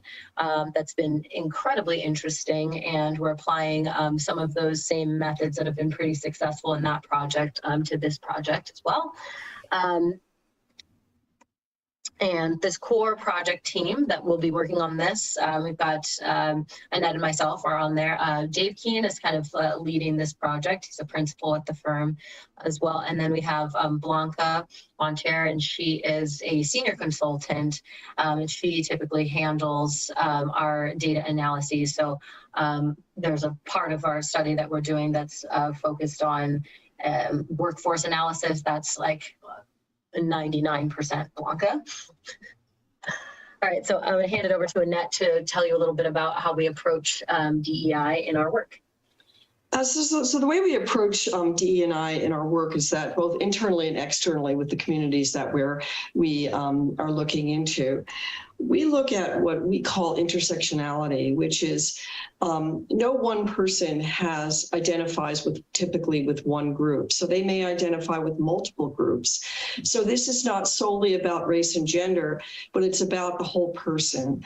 And so what our goal is to make sure that no one is left behind. And so we have lots of qualitative research and outreach into the community as well as internally, so that we hear the voices of many, many different people, and we understand what makes someone feel like they belong. And that's a significant part of this. It's not just inclusion, but feeling like you're included, feeling like you belong. Thank you, Annette. And so, so our major goals for the study. So as I really liked how John phrased it earlier when he said that the study, really the goal here is to look at, who we are, what our needs are, and what the what direction we should go in. That's really the whole purpose of this study. Is we're really trying to create a diversity, equity, inclusion plan that acknowledges the strengths of the city and provides some direction in terms of like improvements that can be made. So the methodologies that we use for this, and that kind of mentioned, we have a pretty robust outreach strategy that includes the voices of lots of people. And so the things that we use in this, that we're using in this in this study will be DEI survey. We've got interviews and focus groups that we will schedule. And we have this particularly unique method called a virtual workshop. And a virtual workshop is it's an online asynchronous instrument that's sort of similar in format to a survey, but it allows people, it's got open-ended questions, and it really allows people to think deeply about some of the questions that we will prompt them with. So you'll see the virtual workshop idea come up in a few of these tasks that we have. So our major study tasks, they are all kind of listed here, and I'm going to go through each of them in a little bit more detail just to give you an idea of what they each entail. So first, project management and communications, that's essentially what it sounds like. That's regular meetings with John, with the Equity Steering Committee, the Equity Committee and the management team. So those are some groups that are kind of internal and external to the city. Then we've also got a communication strategy. We've provided the city with some language for a press release, and we've created a fact sheet that that contains sort of an overview of the study, overview of the methods that we're using, and ways to get in contact with our study team. And those include a hotline, phone number people can call to leave us, to leave us feedback, email address, and then we have a study website, of course, and all of that information on the fact sheet is available on the study website as well. And we can provide the fact sheet to any interested parties. The next one is a review of the city's current plans and activities. So this one is really to kind of understand that who City of Milwaukie is and kind of where you are currently. So some of the things we're looking to do, we're doing in this process is reviewing current priorities, policies, any previous DEI trainings or efforts that the city has undertaken, just to kind of understand where City of Milwaukie currently is. Because again, we want our recommendations to be very relevant. And in order to do that, we need to understand kind of where the city currently is. Our next one, this is analysis of the of workforce processes and outcomes. So this one really entails kind of a review of workforce policies, which we've completed at this point. Also a review of any internal complaints that have been made that we've also completed. Additionally, we've analyzed the workforce in the area and kind of looked at whether there are any disparities in terms of the available pool of labor versus the staff within the City of Milwaukie. We also will typically, for these assignments, do a DEI survey. The City of Milwaukie already has an employee engagement survey, and so we've kind of provided some feedback on that, and we'll be looking at the results of that as part of this task as well. And then also there's a virtual workshop that we will be holding with employees. to get their feelings on diversity, equity, inclusion, and belonging, that culture within the city. Next one has to do with the procurement policies. And those, the policies of the city contracting work, who it contracts with, how those contracts are awarded, and whether there are disparities in the within who is awarded contracts versus who is available for various types of work that the city does contract out. So that will also include a virtual workshop with contractors and people who do business with the city, as well as some interviews with the staff that are responsible for procurement. And then the next step, task 5, is an assessment of the community needs and city services. So we're looking at sort of what the community needs are, how the city determines, what resources to direct towards what needs. So we're looking for how well those things match up, what the community needs versus the services that the city offers. We're looking at also equitable delivery of services. And so that includes reviews of current processes and policies, as well as a virtual workshop with the public to get some feedback on their perceptions of the services that the city offers and how equitable those are. At this point, then, we'll kind of have some preliminary results up to this point from tasks 2 through 5. And so we are looking to, we'll kind of use this step, or this task 6 as kind of a check-in point to go back to some of those, internal and external stakeholder groups that we discussed, and get their feedback on how on these the recommendations that we're developing and on the data that we've gathered up to this point. And we also plan to have a virtual briefing to the City Council, much like this one, with our initial findings at that point. So the next will really be starting to solidify our recommendations based on all of that feedback and the creation of the DEI plan. So again, included in that process will be sort of an assessment of where the city is as we currently see it, and then opportunities to really just infuse equity throughout all of the city's operations, of what that'll look like. And we also aim to provide the city with actionable metrics so that you can really measure this, the impact of this DEI plan and the initiatives that'll be included in that over the long term. Our goal really is to set the city up for success in the long term, so that when we leave, the work can still continue. And then finally, just wrapping up, having a presentation, a public-facing DEI plan that the city can kind of use, can put on their website, and again, some presentations to the City Council and the public. So the timeline for this project, as John mentioned, kind of started later in the summer and goes until April, so 10-month timeline here. And we're sort of in these steps, we're sort of in the throes of tasks 3 and 4, a little bit too, but mostly 3 and 4 at this point.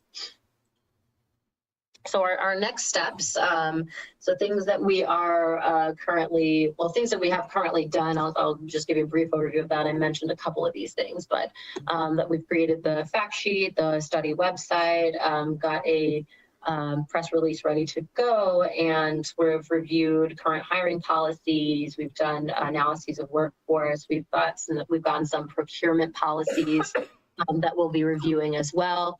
And we are about to set up the virtual workshop that'll be with the contractors that'll work with the city. So I guess that segues into our next step. So we're really focusing now on this procurement process, where we'll be hopefully talking to some staff that are involved in procurement. And then we're in the process of designing a virtual workshop that'll go out to contractors and other people who do business with the city. So that'll be sort of a October activity. And then the internal DEI culture assessment, as we mentioned, that employee engagement survey that's sort of ongoing for this month. So we'll be analyzing that. And then to kind of give the city a little bit of a break, we're going to be doing a virtual workshop with the city employees sort of in early November. So we can get that completed before the holidays. And then after the holidays, after the city has done their larger holiday events with the public, then we'll be soliciting feedback from the public via a virtual workshop so that they can, they can give input that's specifically focused on the holiday celebrations and how equitable they feel those are. So that'll be happening in January. And that is it. So we can go ahead and open it up for questions.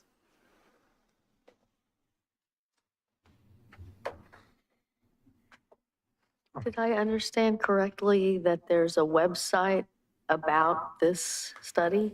And is that already up and running?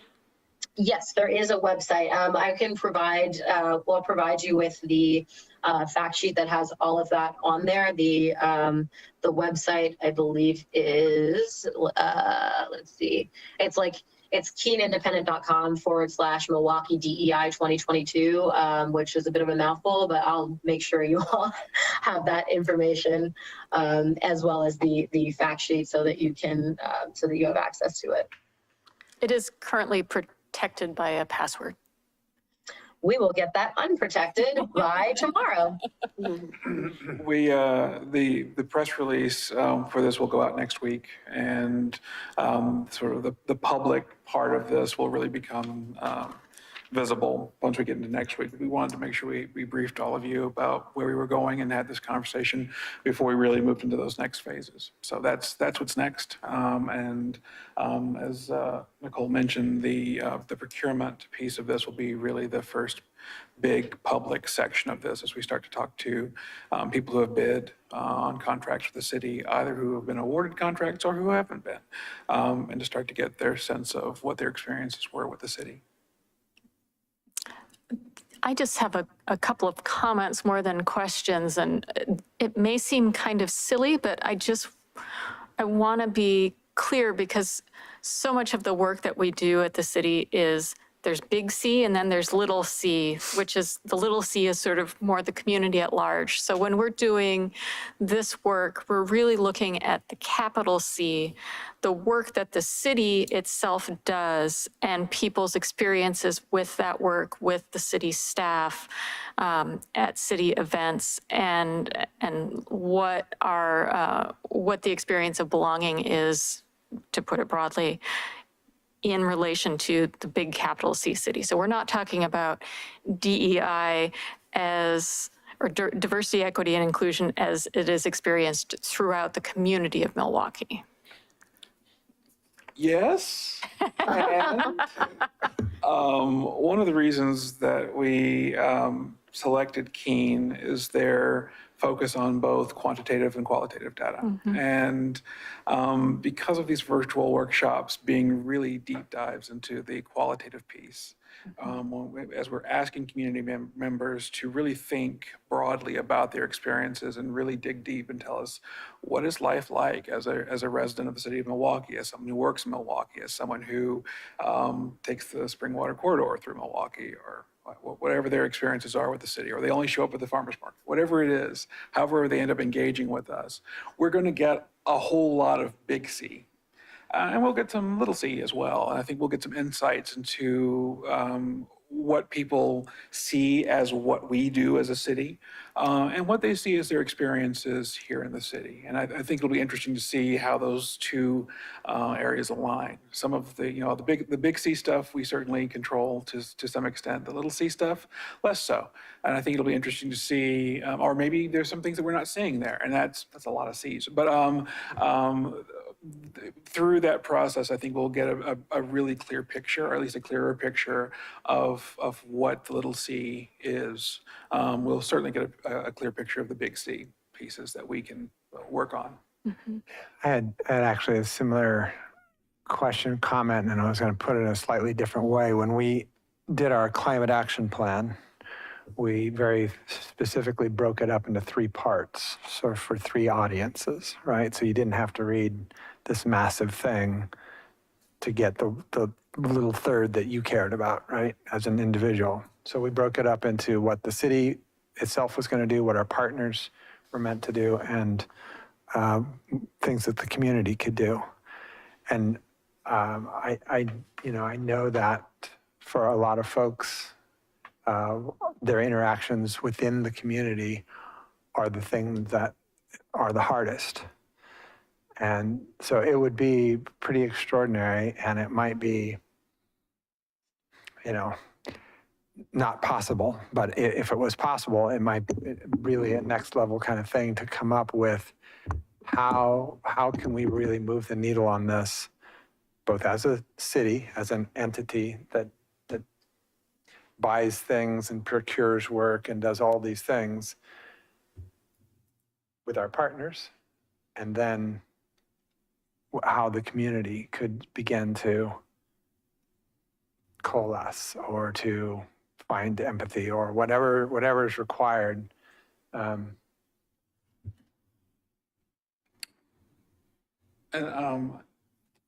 Nicole and Annette, you may have more to say on this, but I think with this study, the 3 major areas are the employee experience, how our staff feels, and I should also say that Nicole mentioned that we have our employee engagement survey. That survey goes live, I believe, Monday. There's an intentional delay in this piece, because what we didn't want to do is have the 2 surveys muddled and confused. We really want a good response to the employee engagement survey, which is a lot about tracking trends, every 2 years as we do that study. We are asking a lot more information and a lot more introspective information in these virtual workshops. And so by giving a little bit of a delay there, it gives people a chance to sort of, okay, I've answered that survey, I've rated on a scale of 1 to 10 how I feel about all these things. What does that actually mean? What does that mean for my experience here in Milwaukee? And so there's a bit of a gap there to let people really think about that, and then to dive into these virtual workshop questions, which is why we're doing the procurement now. In October, we'll be working on that. So that's the second piece. And then the third is the community. And one of the reasons for the timing of that is because we have these holiday events. Not only is that something really visible that we do, they are 2 of our largest events and they happen in December, but it's also a time that a lot of the community has spent a lot of time together and had a lot of experiences together. And it gives us a chance to really look at how people are feeling about being a resident of Milwaukee, both from the perspective of what we do directly and how they feel indirectly about being a community member. And that, Nicole, if you have any more to add to that, please feel free to jump in. I think the way I would approach this is, although the council may look at big C and little c, the public may not, and say they may not be distinguishing the 2. And so what we need to do is look at the holistic picture that we see, and then how the city might influence partnerships or influence individual events or things that happen in the city that are beyond the city's control, but you can be a model for how those move forward. So that big C, little c may be a little muddled, but to the extent that we can distinguish the 2, we will. And I wanted to throw in just one other thing about the different audiences that I wanted to point out, and is that one of, I think, the strengths of our reporting is that the way in which we present our findings, we will have a summary of all of our findings, and then we have appendices that will go into great detail about our methodology, about the virtual workshops, about the interviews, about sort of each of these topic areas. And so that if you're more interested in one of those things, then you can do a deep dive into that, versus if you're more interested in sort of the overall thing, then you can stay in the summary report.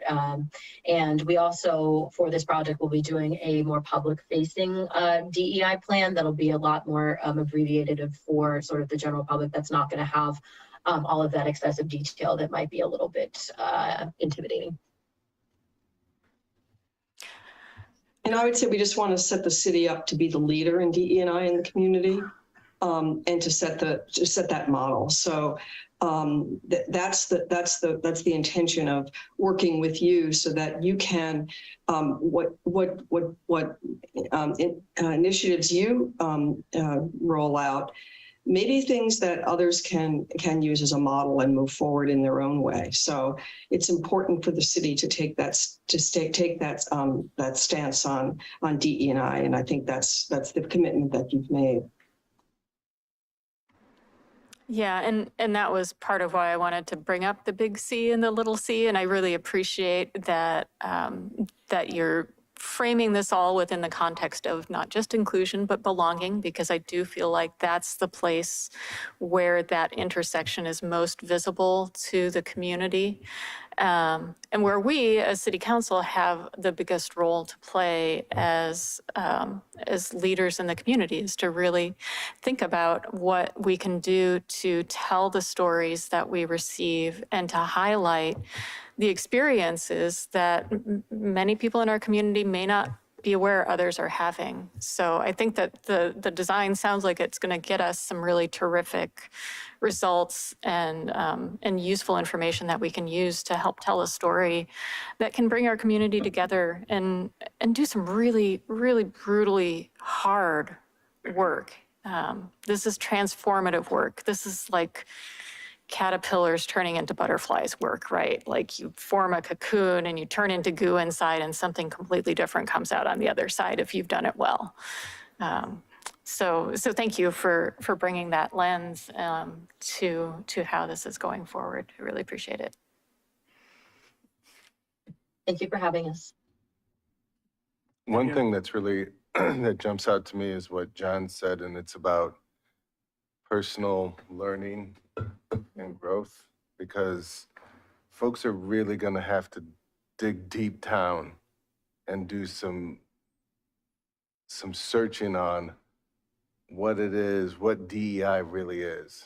Right? It's one thing to say we have DEI or equity, but it takes a lot of work. It just doesn't happen because we say it's going to happen. It takes a collective effort, and everybody's going to have to do some, like, I just can't I keep thinking about personal learning and growing, because you might have a blind spot or a soft spot somewhere. You can learn from that and grow, and it can help everyone in your community. So it's just been going back and forth in my head, because it's hard work. Trust me, it's hard work. Equity just does not happen. So anyway, thank you.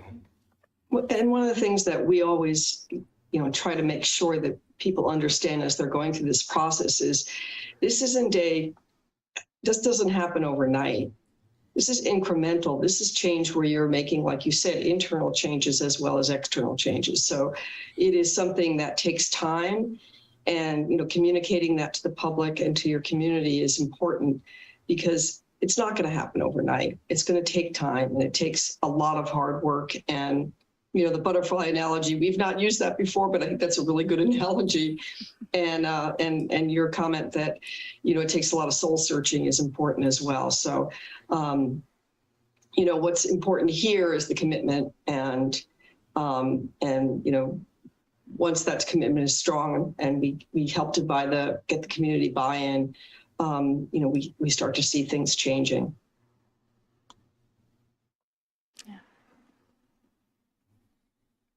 Any other comments, questions? I just want to thank Nicole, and thank you so much. Please pass our thanks on to Dave. The three of us the four of us spend a lot of time together. So thank you all so much. I know it's a little bit late, so thank you so much. And councilors, mayor, thank you. Really looking forward to speaking with all of you about this and our entire community about this. This is a conversation, and we use the butterfly analogy. It's kicking over a lot of rocks, and we never know what will crawl out. That's okay. We will deal with these things together as a community. These are hard conversations. This is hard work, and it's a lot of soul searching, and it's a lot of really personal reflection. the approach that Keene has to looking at diversity. You saw that list of aspects. There are so many pieces of each of our identities. And then there are so many ways that can form tribes that we sort of cling to. And it's also the same number of ways that we can divide and separate from one another. So this is about figuring out who we are as a community and who we are individually and how all of that interacts. So I'm really enjoying this process. It's a hard process. It's a great conversation, and I'll be back a few more times to talk about it. Cool. Thank you all. Thank you all. Thank you very much. Thank you. Thank you. All right. And our last item for the evening. Come on up, you guys.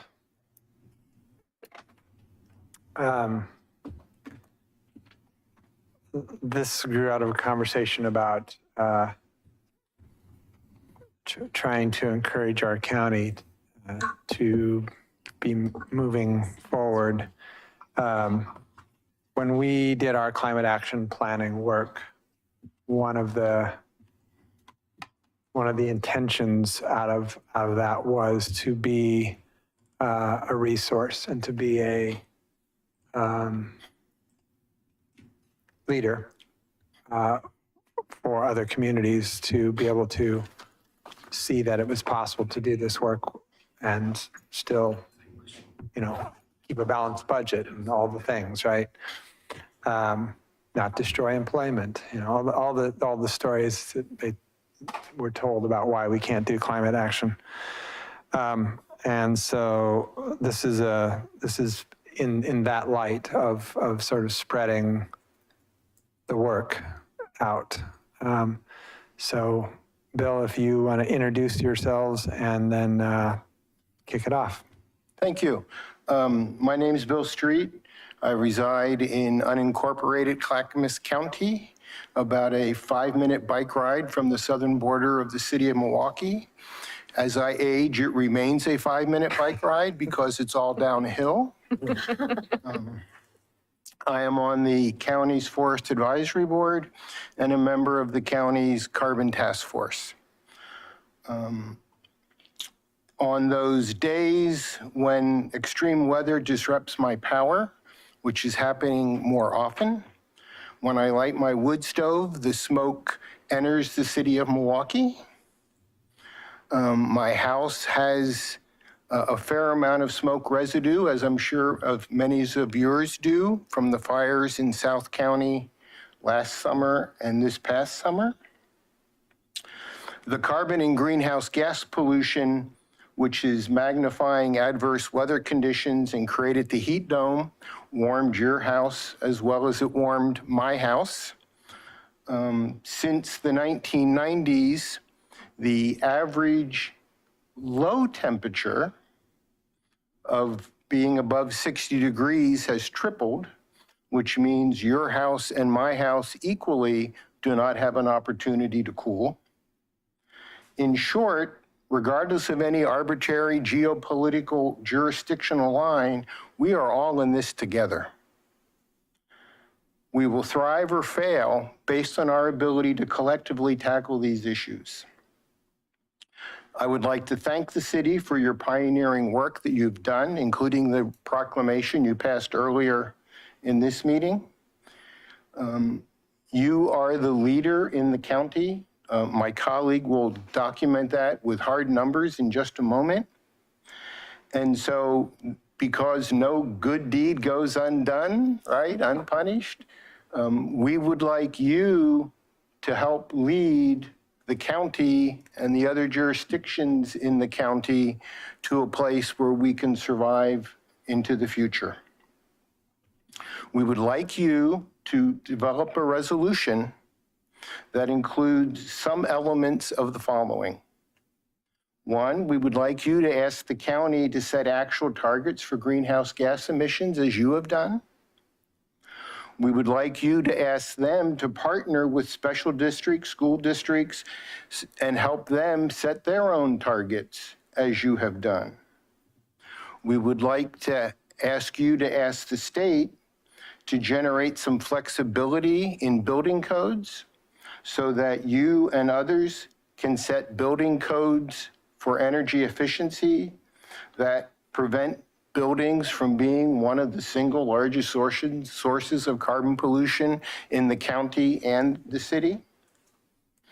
We would like you to ask the state to amend the procurement process and the investment guideline process so that you, as Big C, if I get that analogy correctly, can reward low carbon vendors and low greenhouse gas emitting vendors. And I might say to that, in relation to what we just saw, we can move to a situation where you reward low carbon vendors, and that can be done in a way that promotes DEI, or that can happen in a way that places a barrier to DEI. And that is another reason we are starting with you and asking for this leadership, because you are, once again, out in front of these issues. And lastly, we'd like you to ask the state to allow county treasurers to decarbonize their portfolio. Right now, the county treasurer invests money on your behalf. Some of that's in Exxon. That may or may not be in the best interest of every resident in the city of Milwaukie.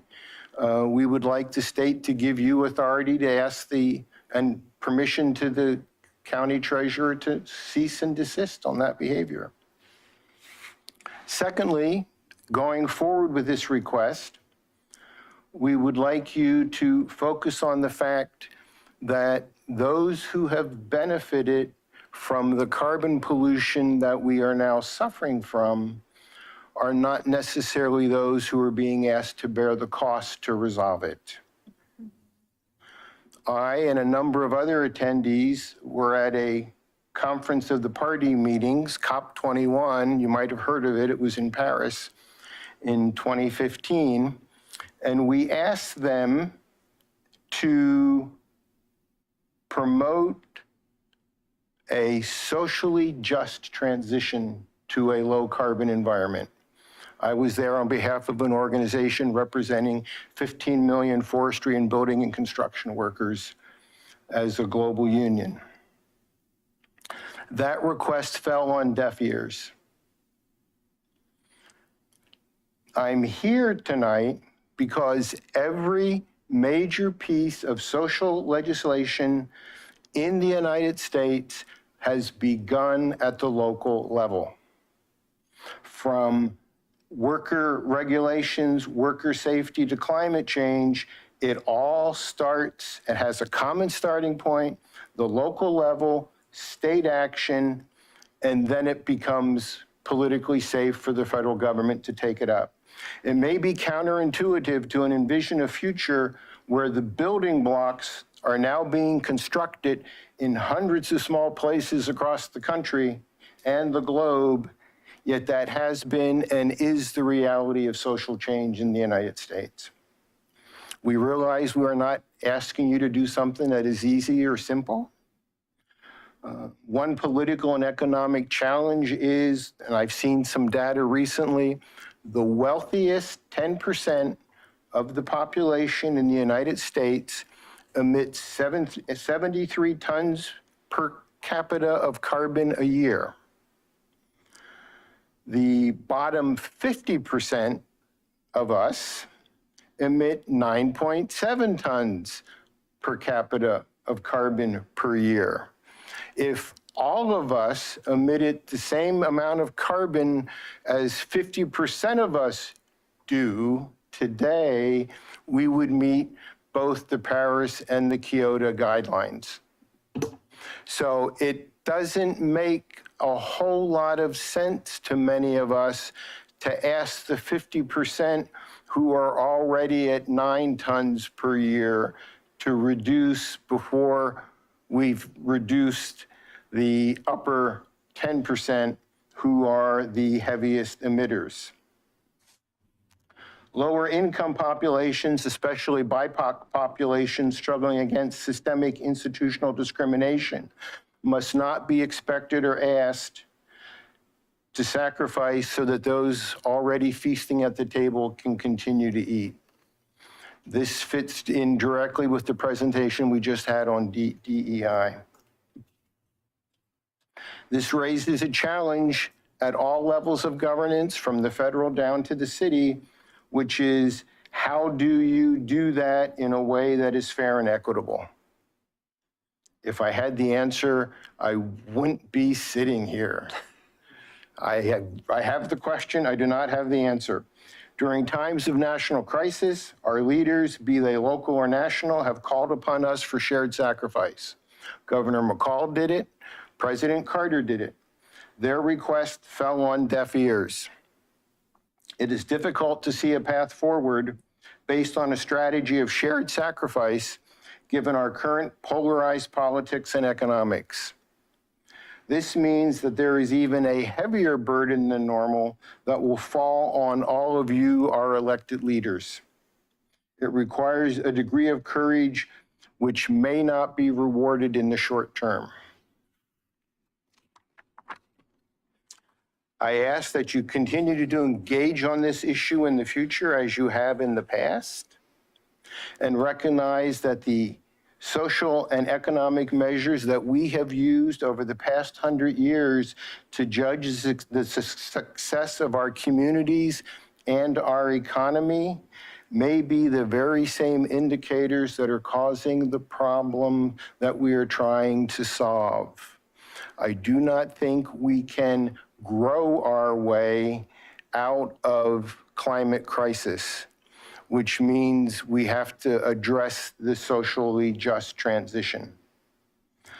To serve and protect the citizens of Milwaukie from future extreme weather events requires you to seek solutions and take actions beyond the legal jurisdictions defined by your city line. Our future and that of the future of future generations depend upon each one of you taking on more risk than anyone should be asked to bear. Yet on behalf of all of us, I ask that you bear it. Thank you. Hi, my name is Jenny Davies. I'm a physician. I have a maternal child health, public health degree, and a JD in environmental law. I am currently the public and environmental health director for a national educational environmental education nonprofit, but I'm here as a resident of unincorporated Clackamas County and a recent member of the Carbon Task Force. And wow, Bill, that was dour. But the good news is this is doable, and you guys have done it. You have, and so really we're here to ask you to help us put pressure on the other entities in Clackamas County. This is the resolution or some form of it that we would like for you to consider. We really need to put pressure on Clackamas County, the other entities. That's what I'm going to show you now. See, it's you gotta find the mouse on the TV screen. So if you look at the right, you guys. Oh, I just press here. Nope. Not my computer, so. It's like the second monitor is over there. Oh, So it's you on a mouse. bring it. Yeah, got it. There you go. Thank you. No worries. Okay. As we've just said, you guys are the only entity in Clackamas County that's taken meaningful action. And this is really important. What is meaningful climate action? Because there's a couple other municipalities that have climate action plans, but what they don't have and what they need is the quantitative data for the baseline and for the targets. That's the only way, as you know, that an entity can be held accountable. Okay, Scott, now I can't get the, there it is, got it. So despite the fact that you have taken action, as you know, you can't protect the citizens of your city because of the transboundary nature of the greenhouse gas pollution itself and the effects of that pollution. So I just quickly want to go through the data so you can get the big picture of what's happening. Here are our 3 states, Oregon and our north and neighbors to the north and south. These are legislated targets for California and Washington for 2030 and 2050. You can see Oregon was lagging a little bit, and then Governor Brown by executive order upped the targets so that we're now a little bit more in step with our neighbors. These are non-Clackamas County cities and their reduction targets, and looking pretty good. The only 2 cities that have 2050 targets that are as rigorous as Milwaukee's are Ashland and Beaverton. Ashland is about the size of Milwaukee, although its economic sector, of course, is made up differently, and Beaverton is about 3 times the size of Milwaukee. These are the cities in Clackamas County, all of them, and these are the climate action plans, meaningful climate action plans. You can see that you are the only one. I live in unincorporated Clackamas County, just outside the Lake Oswego. We have a Lake Oswego mailing address. My kids go to Lake Oswego schools. So really annoyed at Lake Oswego. They had the capability, they had the data, they could have done this. This is what is written in their climate plan. As part of the scoping for our plan, the option to undertake another more recent GHG emissions inventory was considered. These valuable tools are a quantitative way to measure progress on mitigating inputs to climate change. However, cities and counties are relying more and more on qualitative emissions reduction goal setting, and that's actually not true, focusing less on measuring the gases and more on setting targets that have emissions benefit. And then they move on to setting out their targets, which are all qualitative. In other words, they can't be held accountable. Instead of setting quantitative targets, they say our plan is a series of achievable actions and goals that will have benefits both in climate mitigation and adaptation. The county task force will have a new inventory by 2021. They say in their 2020 plan, there will be LO data, and indeed there is. We will incorporate that and we may adjust our targets. So they have not, and they're sticking by their qualitative targets. So you've gone to talk to them since they've had their change of administration and since this data's come out and asked them to do it? No, but that's going to be our next step. Okay. Here's Oregon City. We have a plan to make a plan, and that plan will basically be confined to city facilities and operations. This is West Lynn. Our plan is built around proven frameworks for implementing sustainable community practice. So this sounds really good, right? And you're a citizen of West Lynn or a citizen of Lake Oswego, and you see these plans and you think your city's taking action. But there are no quantitative targets here either. We can extrapolate emissions from Lake Oswego or Metro, they tell us, so they have the capability to do this, but they don't do it. There are no emissions baseline or reduction targets. This is Wilsonville in a tweet from June of 2020. They're going to follow Clackamas County. So let's look at Clackamas County. These are the county reduction targets. So Multnomah County has a baseline and their targets, as you can see. Washington County, you go on their website, they've been working at developing their baseline, and they are planning to set out their targets. They're working on them. And you can see from what they're doing that they're actually are working on this. And then there's Clackamas County. Clackamas County has a plan to adopt a plan by 2023, and that plan will have a goal of carbon neutrality by 2050. So carbon neutrality is an industry crafted term. The other term they use a lot is net zero, and these very misleading terms, but what it means is without quantitative emissions baseline and target reductions or reduction targets, the plan is meaningless.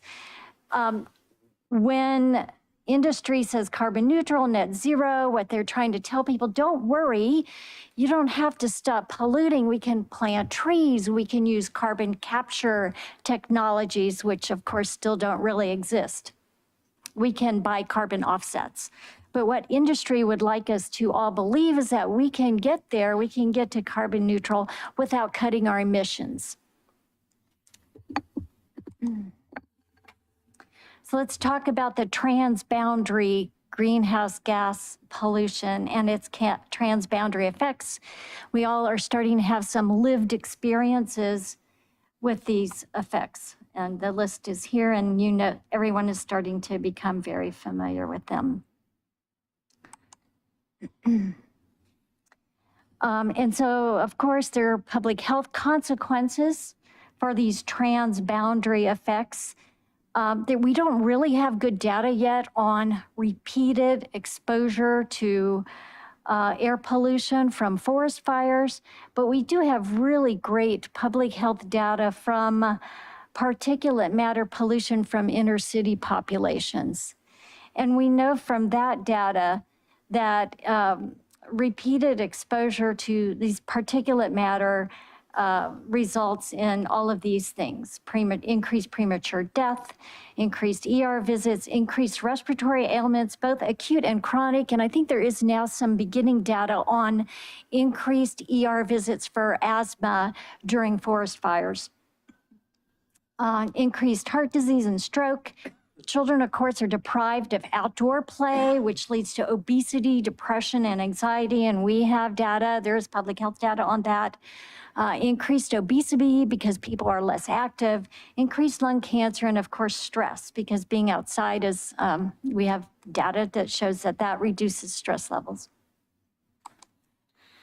Who is vulnerable? A lot of folks are vulnerable. Almost all of us are vulnerable, really. And then when you look at the intersections of who is particularly vulnerable, you end up with marginalized communities. And this is important because these impacts are felt most in these communities. And it also is important to think about these things when designing solutions, resources, information, protecting these communities takes different steps.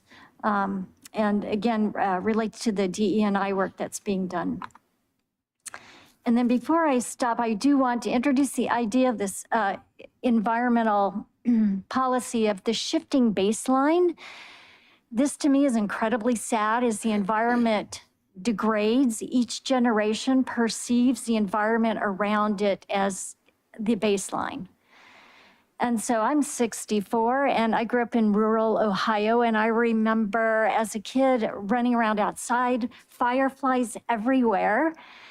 And now when I go back to Ohio, to the same place, you can't find fireflies very often. It used to be just abundant. It's even hard to, and I try to describe it to my children who are in their early 20s, and they just can't conceive of this. But here's a shifting baseline of heat. So our kids perceive a different world than we perceive and that our grandparents perceive. And it's really important that when we're looking at solutions, we don't accept the baseline as the normal. A shifting baseline for the number of frost days. And then in terms of biodiversity, this is intimately connected with biodiversity loss.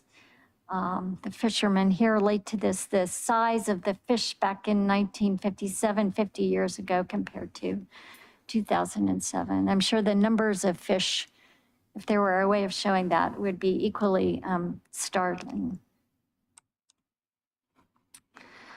Oh, shoot, and I had one thing I added at the end. It didn't come in. If when you have a chance, I don't know if you all use that purpleair.com.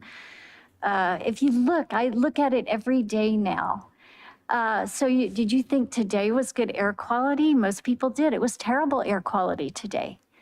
But because we have seen orange air and incredibly bad air quality, we look at a day like today and we think, oh, this looks good. Well, it wasn't good. It was terrible air quality today.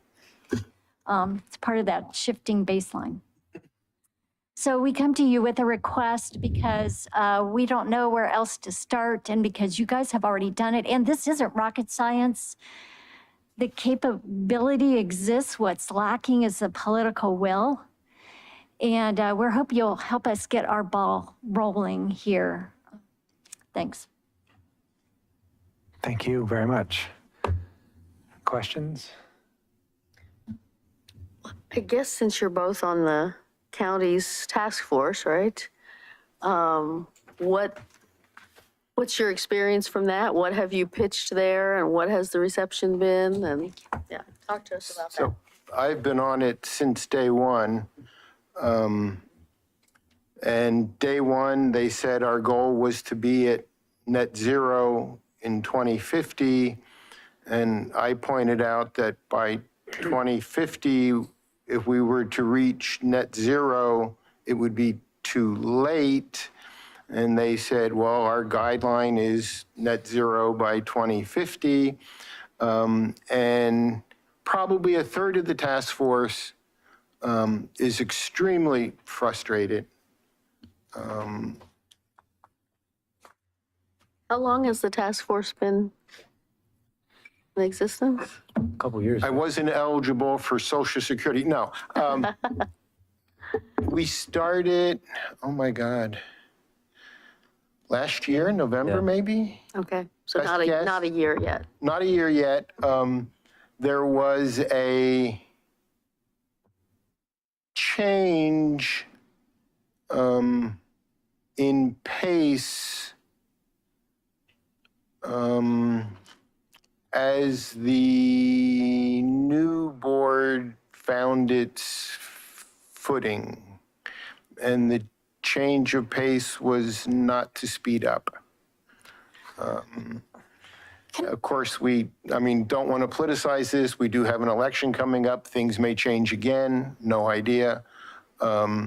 We're assuming that the more communities that we can bring on board with a common message, the better the possibility of speeding up the task force and getting real numbers and real action.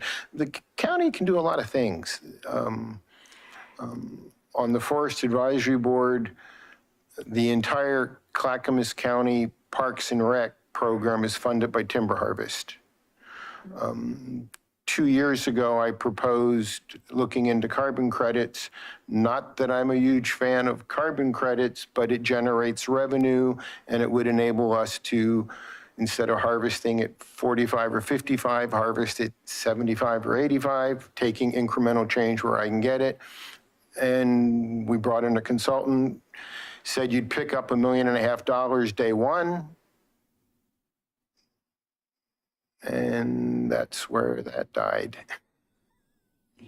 Well, I think I'm sorry, I'm not sure it's clear to folks who are listening what the Carbon Task Force is and how that's different from the work being done on the county's climate action plan. So if you could just, I'm not asking you to go way into the weeds, but just a little more context around that would be great. So the Carbon Task Force is one concentrated aspect of citizen involvement in the process.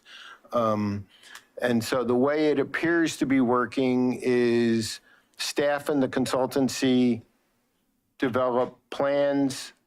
The plans are presented to us on the task force for citizen input. They're then revised, then it goes out to the public for a broad-based citizen input Zoom session. Then that comes back to us, then it goes back to the consultancy, then they revise, then it comes back to us, then it will go back for citizen input, and then it comes back to us, and eventually it goes to the board. So this, After it's been sufficiently watered down, is that the basic concept? And I might be getting confused here. So is the Carbon Task Force the same as the Community Advisory Task Force on the county's climate action plan? Yes. Okay, great. because I don't see Carbon Task Force used anywhere on the website, so, and I never have heard Right, them well, use it, so that's why I'm asking. What we call ourselves. Sure, yeah. You can see the writing on the wall. I've only had one meeting. I'm new to the Carbon Task Force or the Climate Action Plan Task Force. And in preparation for this meeting, I went to see, is their data, is their greenhouse gas emissions data sufficient to make a baseline? Is there any movement for targets? Because one thing I want to communicate is that is an essential and first piece. And without that, nothing else is meaningful. And you'll end up with Lake Oswego and Westland's example. And I said, as a citizen of that area, I'm just furious because you think they're doing something, and then when you look more closely, you realize they're not. But so the data is there. I looked actually yesterday. The data is there, but you can see what's going to happen. Even if the consultants recommend to the commission that they use that data to set a baseline and targets, the commission in its current composition certainly will not adopt that. Even if the composition changes, they may not adopt it. It's a political courage issue. And I think that's where folks like you and folks like us maybe need to make some more noise. And if you have an advice for us along those lines, we're happy to take it. Yeah, I mean, I would just say that this is actually something that is important to the cities. It was important enough. I'm Milwaukee's representative to the Clackamas Cities Coordinating Committee, which meets monthly, and the metro area meets an additional meeting. And it was important enough to all of the cities to request that we have a monthly update from the appointee from the C4 committee to the task force. And yeah, I mean, you've described exactly what we have experienced. But I wanted to highlight in that it is something that the cities do care about. So I think that your request is important, and not just to us, but to highlight that this is something that I think in COVID times, cities dealing with pandemics, dealing with overwhelm on so many different levels, it has gotten kind of shuffled to the bottom of the pile. So I encourage you definitely to highlight this to Lake Oswego. I know that they are interested in this, and I know that many of the cities in Clackamas County have been thinking, okay, we did a housing needs analysis at the county level, and that provided us as cities with a bunch of data that was really useful that we could then use to go on and do something else. And this will be just like that. That's, the county is going to come up with this nice quantitative baseline that we can all use to just kind of promulgate our own plans from. So I think simply highlighting that that's not what's coming out in the wash from your experience would be very valuable to all of those communities to really understand. Absolutely. I think the thing that was discouraging to me was seeing that Lake Oswego says, yes, we have this data, and yes, we're going to get new data, and then declining to use it, deliberately declining to use it. And then Westland kind of piggybacked on that too. This is interesting because I remember when Clackamas County was first putting together the Climate Action Task Force, because I actually applied for it. I think it was late 2020 or 21. And it was funny because I asked them specifically, I attended this briefing and they were talking about what they were going to do and kind of how they were going to put this together. And I specifically asked them if they were going to use Milwaukee's Climate Action Plan as a guideline or as a resource. And they said, absolutely, that's really the base that they're going to use. So my question that I already think I know the answer to, but I'd like it to, be made public. Have they used anything that resembles Milwaukee's Climate Action Plan that would actually do anything to reach the goals that we've set? I looked really in detail at a lot of those plans. Now, the good thing, everyone wants to be Milwaukie. Yeah. You're held out there as a model. And then they have adopted some of the, so you have the baseline and the targets, and then you have the means for getting to those targets. They've adopted some of the means and have set some targets for means.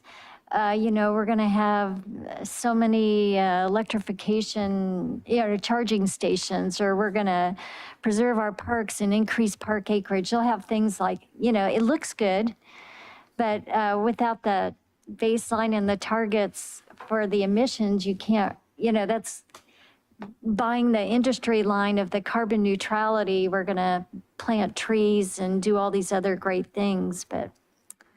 So my version of the answer is they've taken aspects, but they haven't taken the framework or the understanding of the vision of what the end point is. And so I can put in a bazillion electric charging stations, but if that doesn't move me to the needle, then what I've done is put in a bazillion electric charging stations, which is a good thing. I mean, right? But it's not the Yeah. means to the end. Yeah. Thank you.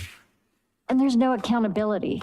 I mean, we can put in our charging stations, but we may find that we still are producing the same amount of greenhouse gases. So we don't ever have to look at the big picture. We can work together on creating a resolution to bring back to council. Thanks.